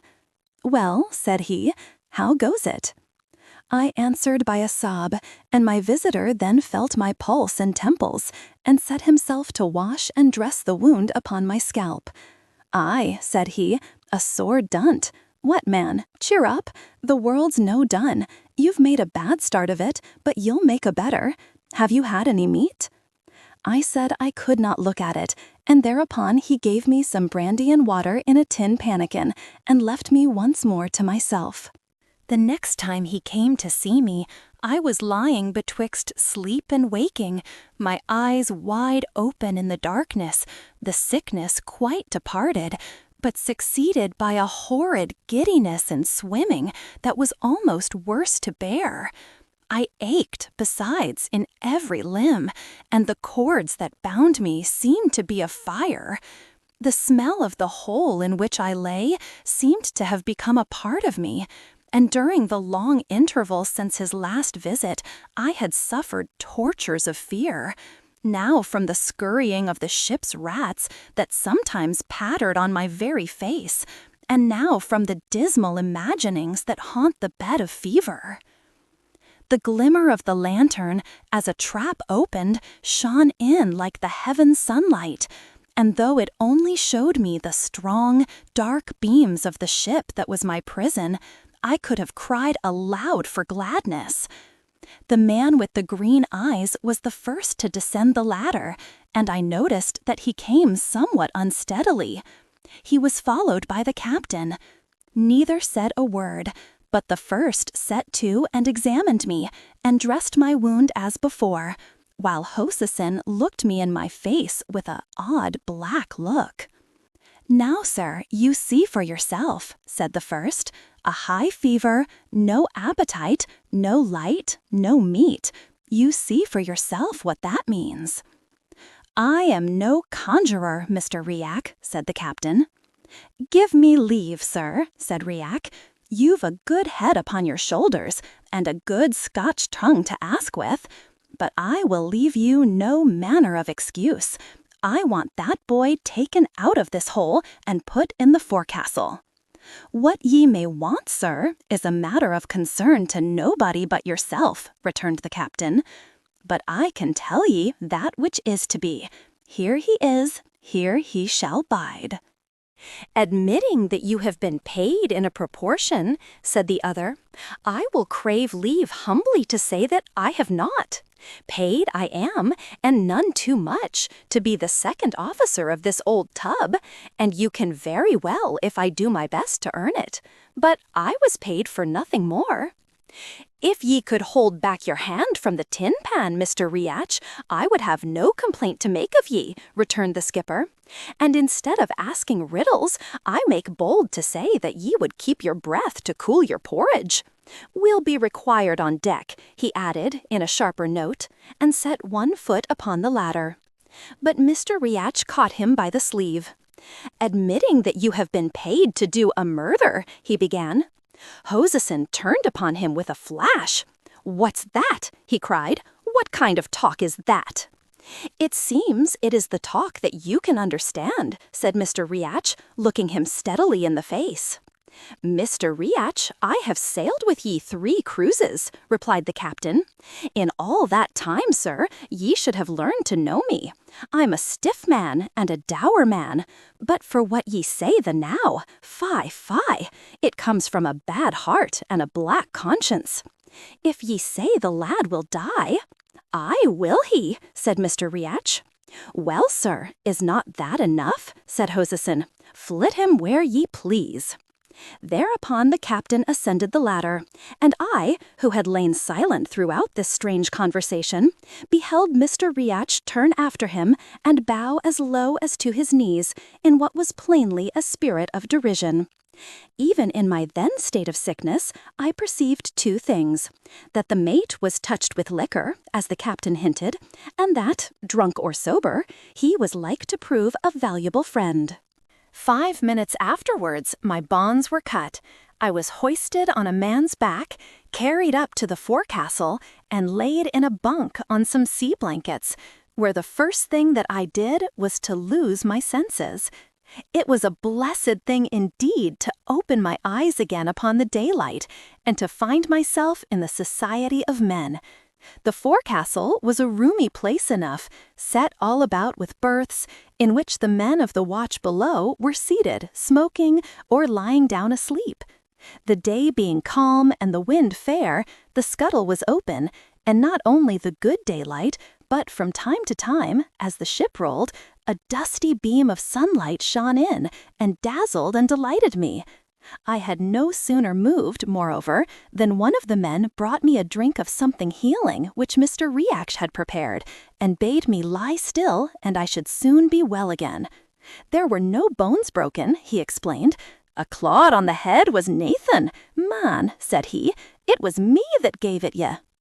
Here I lay for the space of many days, a close prisoner, and not only got my health again, but came to know my companions. They were a rough lot indeed, as sailors mostly are, being men rooted out of all the kindly parts of life, and condemned to toss together on the rough seas with masters no less cruel. There were some among them that had sailed with the pirates and seen things it would be a shame even to speak of. Some were men that had run from the king's ships and went with a halter round their necks, of which they made no secret, and all, as the saying goes, were at a word and a blow with their best friends. Yet I had not been many days shut up with them before I began to be ashamed of my first judgment, when I had drawn away from them at the ferry pier, as though they had been unclean beasts. No class of man is altogether bad, but each has its own faults and virtues, and these shipmates of mine were no exception to the rule. Rough they were, sure enough, and bad, I suppose, but they had many virtues. They were kind when it occurred to them, simple even beyond the simplicity of a country lad like me, and had some glimmerings of honesty. There was one man, of maybe 40, that would sit on my berthside for hours and tell me of his wife and child. He was a fisher that had lost his boat, and thus been driven to the deep-sea voyaging. Well, it is years ago now, but I have never forgotten him. His wife, who was young by him, as he often told me, waited in vain to see her man return. He would never again make the fire for her in the morning, nor yet keep the bairn when she was sick. Indeed, many of these poor fellows, as the event proved, were upon their last cruise. The deep seas and cannibal fish received them, and it is a thankless business to speak ill of the dead. Among other good deeds that they did, they returned my money, which had been shared among them, and though it was about a third short, I was very glad to get it, and hoped great good from it in the land I was going to. The ship was bound for the Carolinas, and you must not suppose that I was going to that place merely as an exile. The trade was even then much depressed, since that, and with the rebellion of the colonies and the formation of the United States, it has of course come to an end, but in those days of my youth, white men were still sold into slavery on the plantations, and that was the destiny to which my wicked uncle had condemned me. The cabin boy Ransom, from whom I had first heard of these atrocities, came in at times from the roundhouse, where he berthed and served, now nursing a bruised limb in silent agony, now raving against the cruelty of Mr. Shawn. It made my heart bleed, but the men had a great respect for the chief mate, who was, as they said, the only seaman of the whole jingbang, and none such a bad man when he was sober. Indeed, I found there was a strange peculiarity about our two mates, that Mr. Reach was sullen, unkind, and harsh when he was sober, and Mr. Shawn would not hurt a fly except when he was drinking. I asked about the captain, but I was told drink made no difference upon that man of iron. I did my best in the small time allowed me to make something like a man, or rather, I should say something like a boy, of the poor creature, Ransom, but his mind was scarce truly human. He could remember nothing of the time before he came to sea, only that his father had made clocks and had a starling in the parlor, which could whistle the North Country. All else had been blotted out in these years of hardship and cruelties. He had a strange notion of the dry land, picked up from sailor stories, that it was a place where lads were put to some kind of slavery called a trade, and where apprentices were continually lashed and clapped into foul prisons.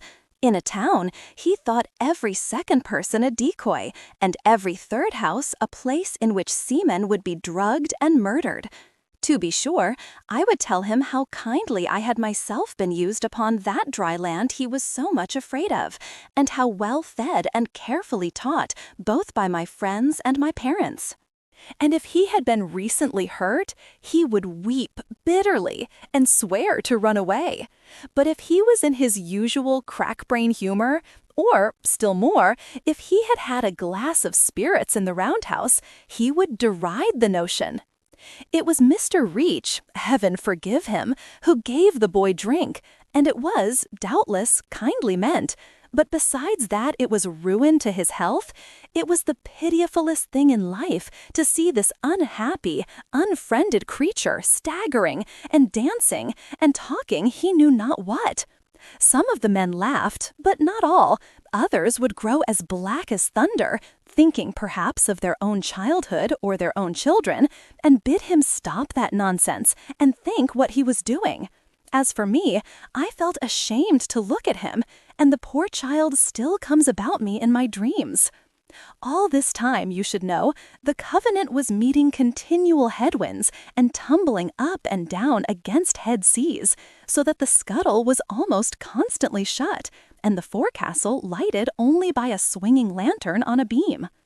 There was constant labor for all hands. The sails had to be made and shortened every hour. The strain told on the men's temper.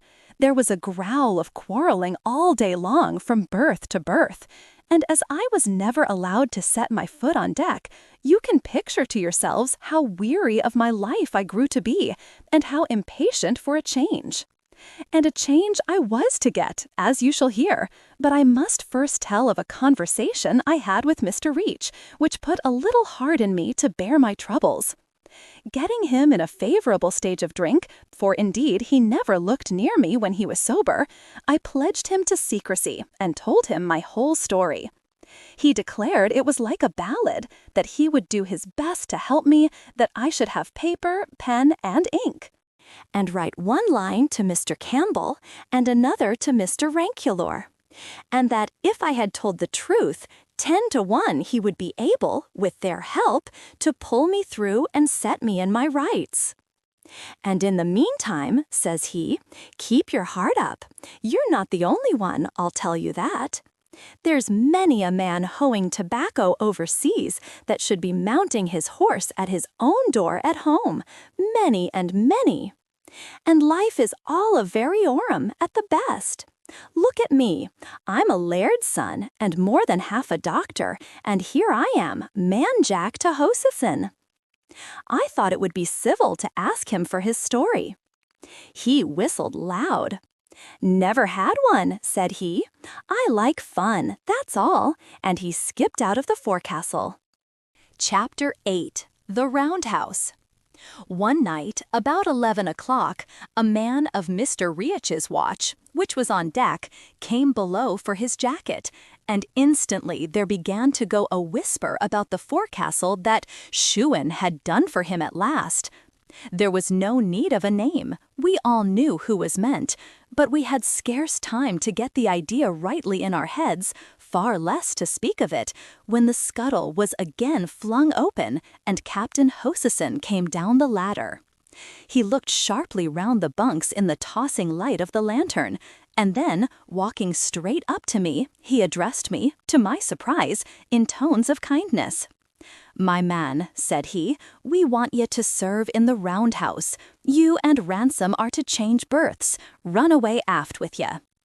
Even as he spoke, 2 seamen appeared in the scuttle, carrying Ransom in their arms, and the ship at that moment giving a great sheer into the sea, and the lantern swinging, the light fell direct on the boy's face.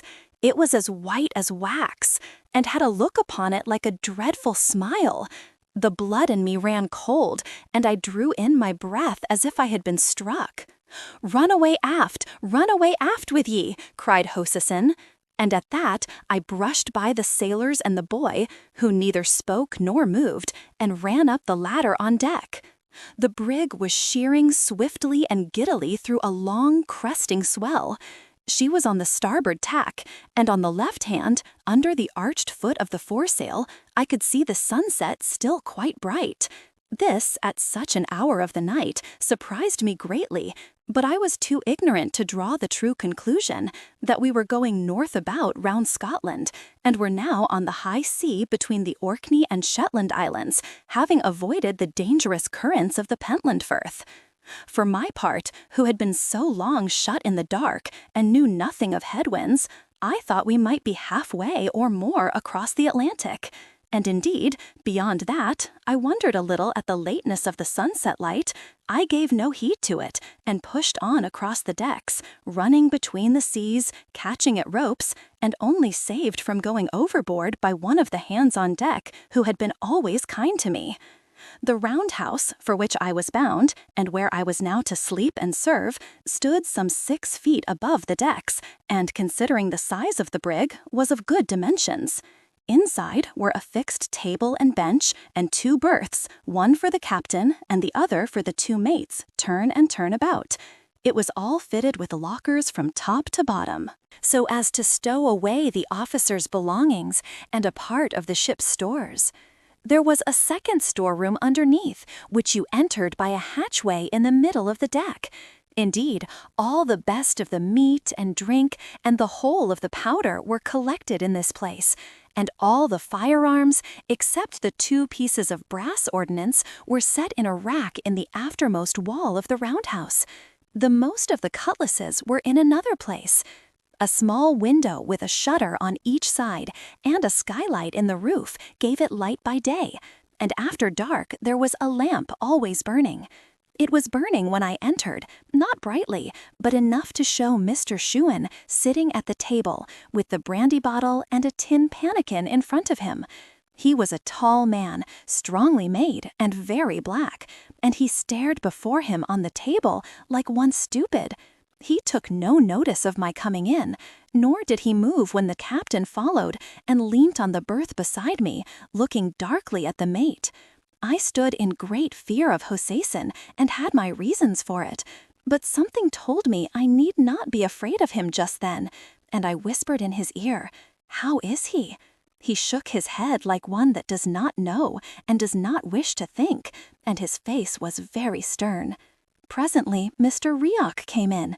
He gave the captain a glance that meant the boy was dead as plain as speaking, and took his place like the rest of us, so that we all 3 stood without a word, staring down at Mr. Shuan, and Mr. Shuan, on his side, sat without a word, looking hard upon the table.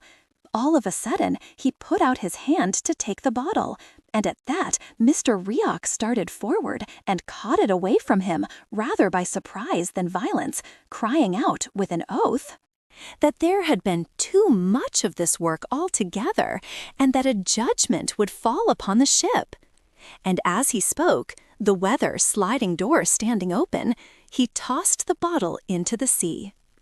Mr. Shuan was on his feet in a trice. He still looked dazed, but he meant murder, and would have done it for the 2nd time that night, had not the captain stepped in between him and his victim. "Sit down," roars the captain. "Ye sot and swine, do ye know what ye've done? Ye've murdered the boy." Mr. Shuan seemed to understand, for he sat down again and put up his hand to his brow. "Well," he said, "he brought me a dirty pannikin."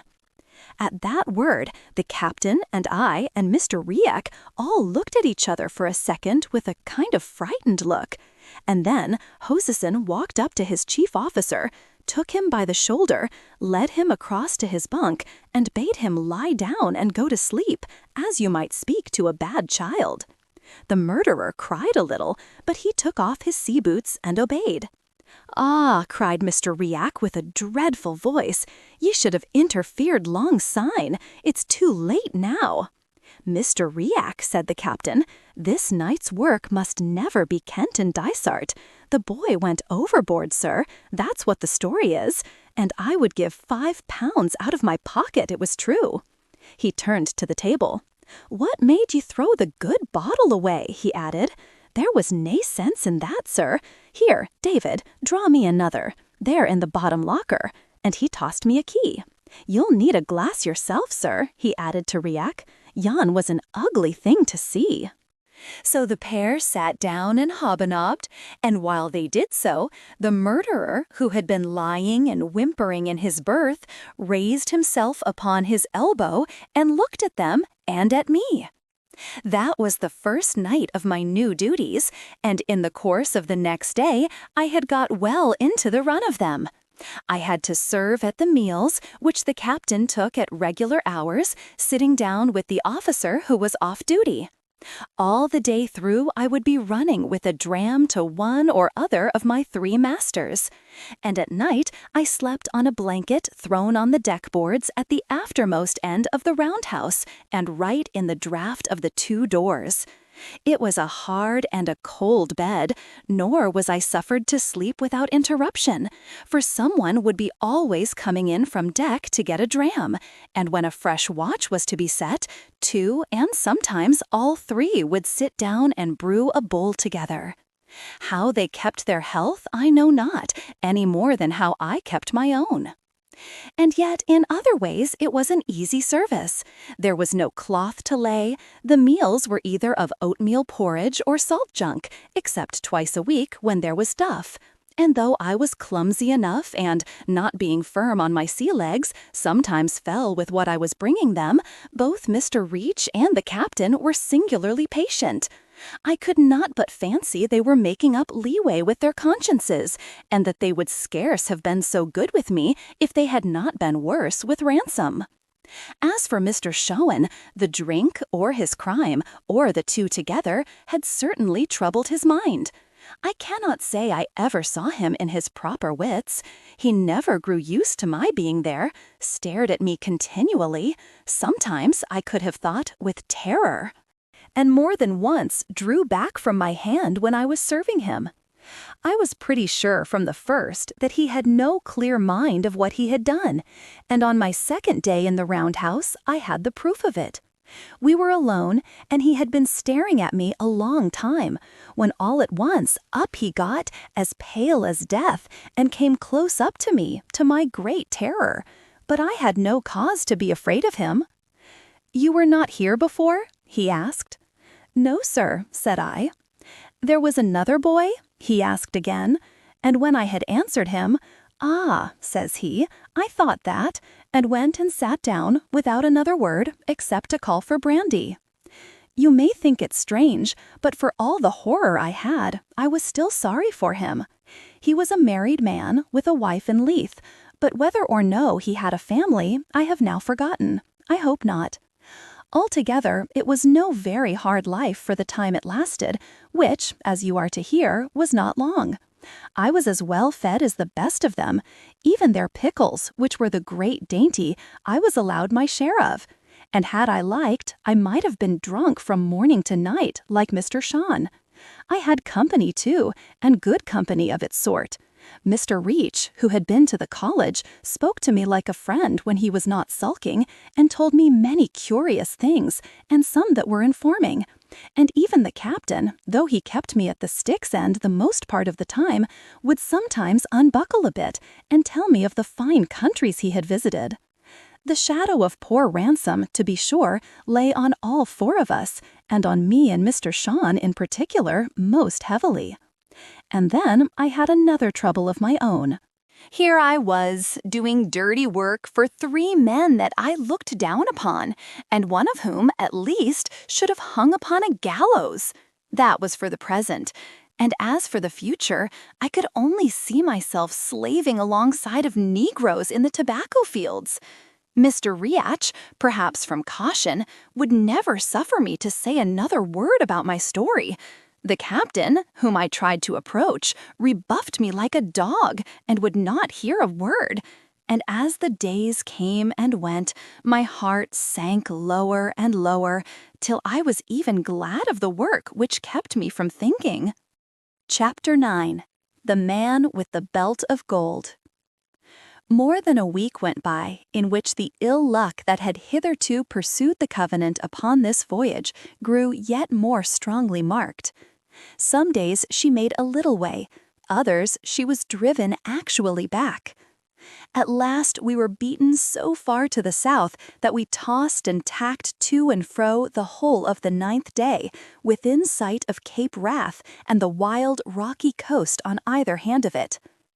There followed on that a council of the officers, and some decision which I did not rightly understand, seeing only the result, that we had made a fair wind of a foul one, and were running south. The 10th afternoon there was a falling swell and a thick, wet, white fog that hid one end of the brig from the other. All afternoon, when I went on deck, I saw men and officers listening hard over the bulwarks, for breakers, they said, and though I did not so much as understand the word, I felt danger in the air and was excited. Maybe about 10 at night, I was serving Mr. Riach and the captain at their supper, when the ship struck something with a great sound, and we heard voices singing out. My 2 masters leaped to their feet. "She's struck," said Mr. Riach. "No, sir," said the captain. "We've only run a boat down." And they hurried out. The captain was in the right of it. We had run down a boat in the fog, and she had parted in the midst and gone to the bottom with all her crew but one.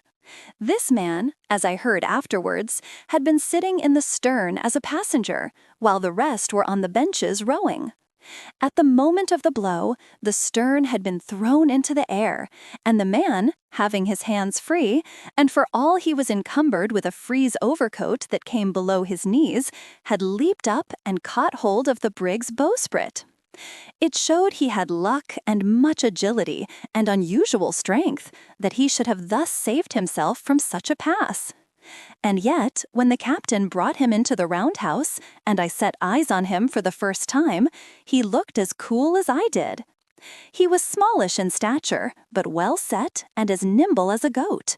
His face was of a good, open expression, but sunburnt, very dark, and heavily freckled and pitted with the smallpox. His eyes were unusually light, and had a kind of dancing madness in them that was both engaging and alarming. And when he took off his greatcoat, he laid a pair of fine silver-mounted pistols on the table, and I saw that he was belted with a great sword. His manners, besides, were elegant, and he pledged the captain handsomely. Altogether, I thought of him, at the first sight, that here was a man I would rather call my friend than my enemy. The captain, too, was taking his observations, but rather of the man's clothes than his person. And to be sure, as soon as he had taken off the greatcoat, he showed forth mighty fine for the roundhouse of a merchant brig. Having a hat with feathers, a red waistcoat, breeches of black plush, and a blue coat with silver buttons and handsome silver lace. Costly clothes, though somewhat spoiled with the fog and being slept in. "I'm vexed, sir, about the boat," says the captain. "There are some pretty men gone to the bottom," said the stranger, "that I would rather see on the dry land again than half a score of boats." "Friends of yours?" said Hoseason. "You have none such friends in your country," was the reply. "They would have died for me like dogs." "Well, sir," said the captain, still watching him, "there are more men in the world than boats to put them in." "And that's true, too," cried the other, "and ye seem to be a gentleman of great penetration." "I have been in France, sir," says the captain, so that it was plain he meant more by the words than showed upon the face of them. "Well, sir," says the other, "and so has many a pretty man, for the matter of that." "No doubt, sir," says the captain, "and fine coats." "Oh ho," says the stranger, "is that how the wind sets?" And he laid his hand quickly on his pistols. "Don't be hasty," said the captain. "Don't do a mischief before ye see the need of it. Ye've a French soldier's coat upon your back, and a Scotch tongue in your head, to be sure, but so has many an honest fellow in these days, and I dare say none the worse of it." "So," said the gentleman in the fine coat, "are ye of the honest party?" Meaning, was he a Jacobite? For each side, in these sort of civil broils, takes the name of honesty for its own. "Why, sir," replied the captain, "I am a true blue Protestant, and I thank God for it." It was the first word of any religion I had ever heard from him, but I learned afterwards he was a great church-goer while on shore. "But for all that," says he, "I can be sorry to see another man with his back to the wall." "Can ye so, indeed?" asked the Jacobite. "Well, sir, to be quite plain with ye, I am one of those honest gentlemen that were in trouble about the years 45 and 6.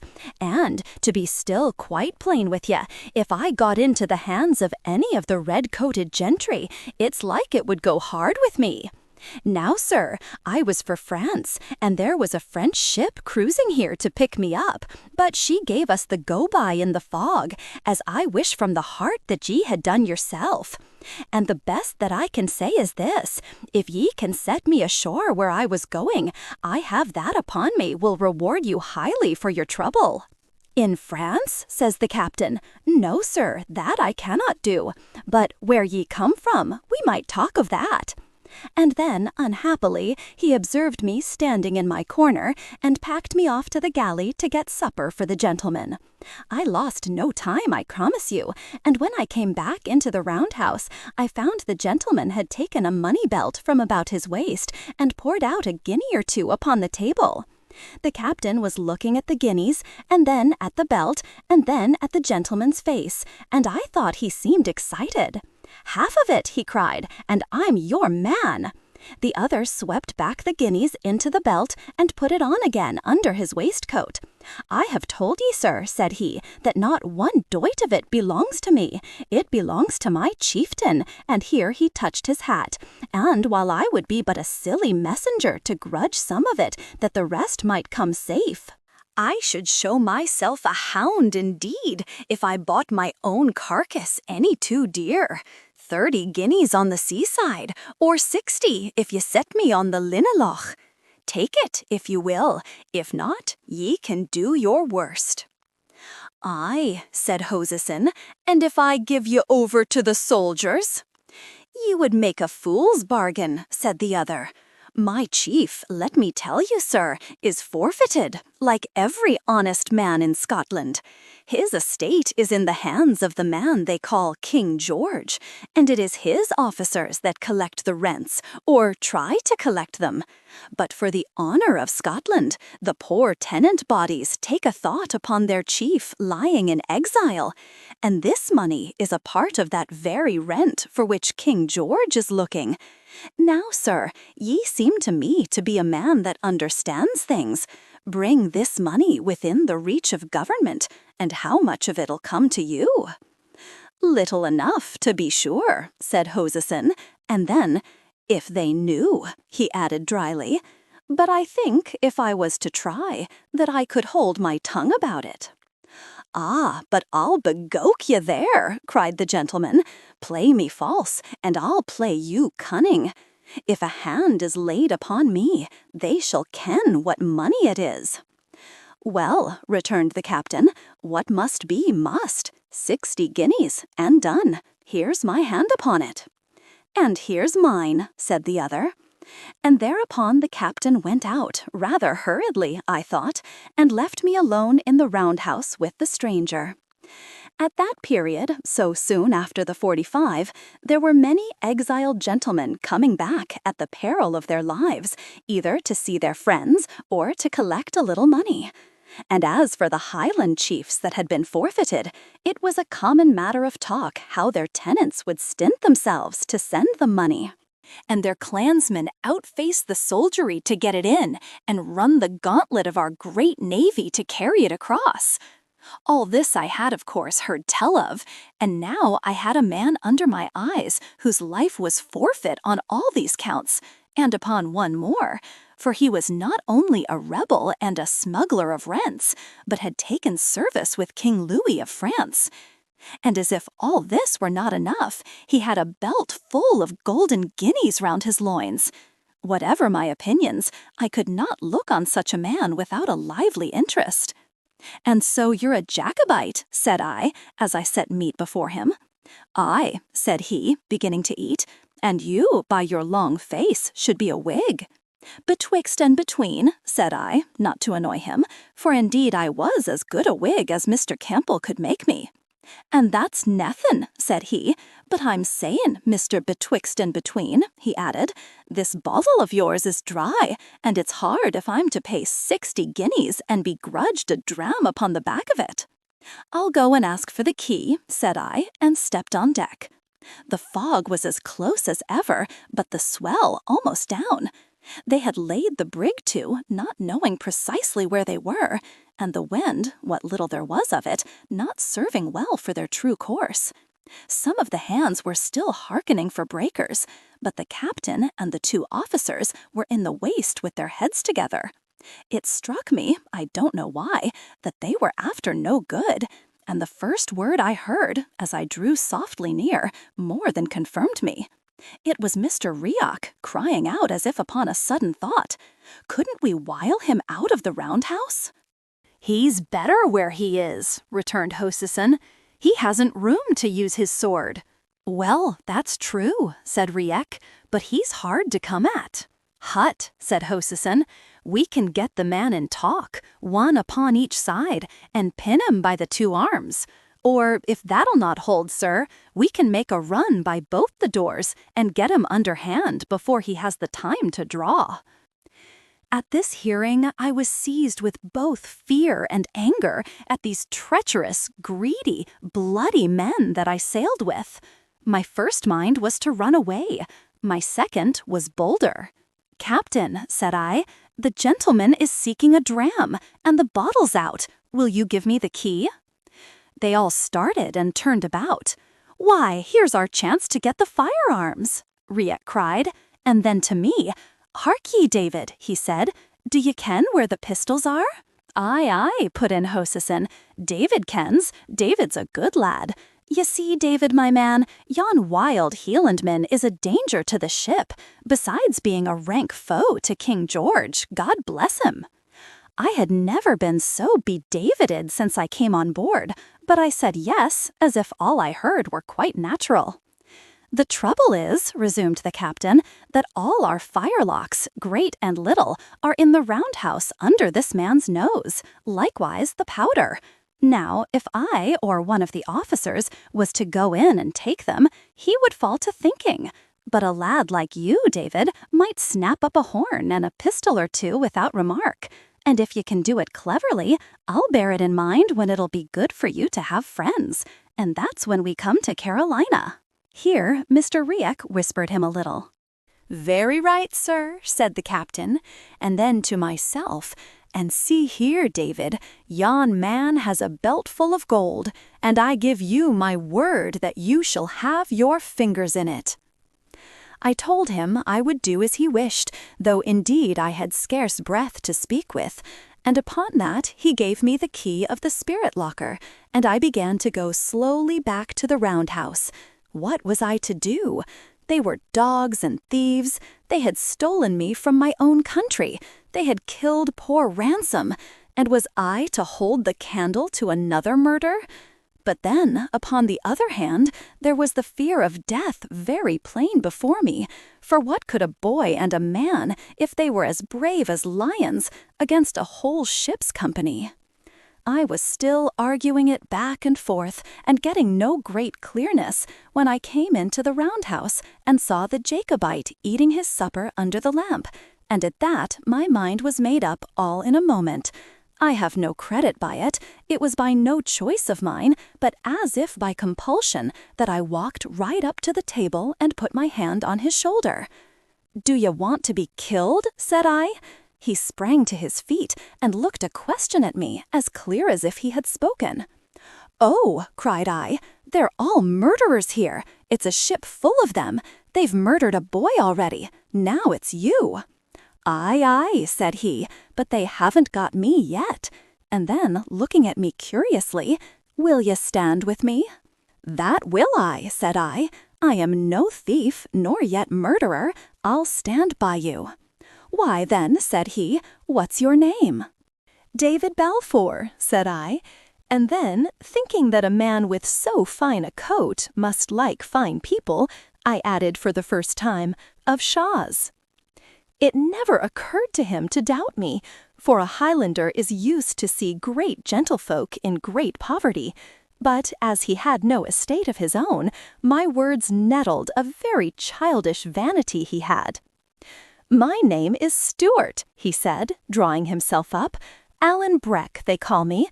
A king's name is good enough for me, though I bear it plain, and have the name of no farm midden to clap to the hind end of it." And having administered this rebuke, as though it were something of a chief importance, he turned to examine our defences. The roundhouse was built very strong, to support the breaching of the seas. Of its 5 apertures, only the skylight and the 2 doors were large enough for the passage of a man. The doors, besides, could be drawn close.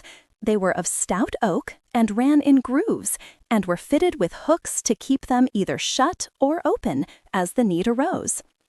The one that was already shut I secured in this fashion, but when I was proceeding to slide to the other, Alan stopped me. "David," said he, "for I canna bring to mind the name of your landed estate, and so will make so bold as to call you David, that door, being open, is the best part of my defences." "It would be yet better shut," says I. "Not so, David," says he. "Ye see, I have but one face, but so long as that door is open, and my face to it, the best part of my enemies will be in front of me, where I wish to find them." Then he gave me from the rack a cutlass, of which there were a few besides the firearms, choosing it with great care, shaking his head and saying he had never in all his life seen poorer weapons.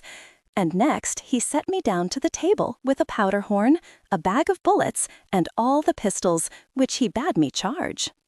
"And that will be better work, let me tell you," said he, "for a gentleman of decent birth, than scraping plates and racks in drums to a wane tarry sailors." Thereupon he stood up in the midst, with his face to the door, and drawing his great sword, made trial of the room he had to wield it in. "I must stick to the point," he said, shaking his head, "and that's a pity, too. It doesn't set my genius, which is all for the upper guard. And now," said he, "do you keep on charging the pistols, and give heed to me." I told him I would listen closely. My chest was tight, my mouth dry, the light dark to my eyes.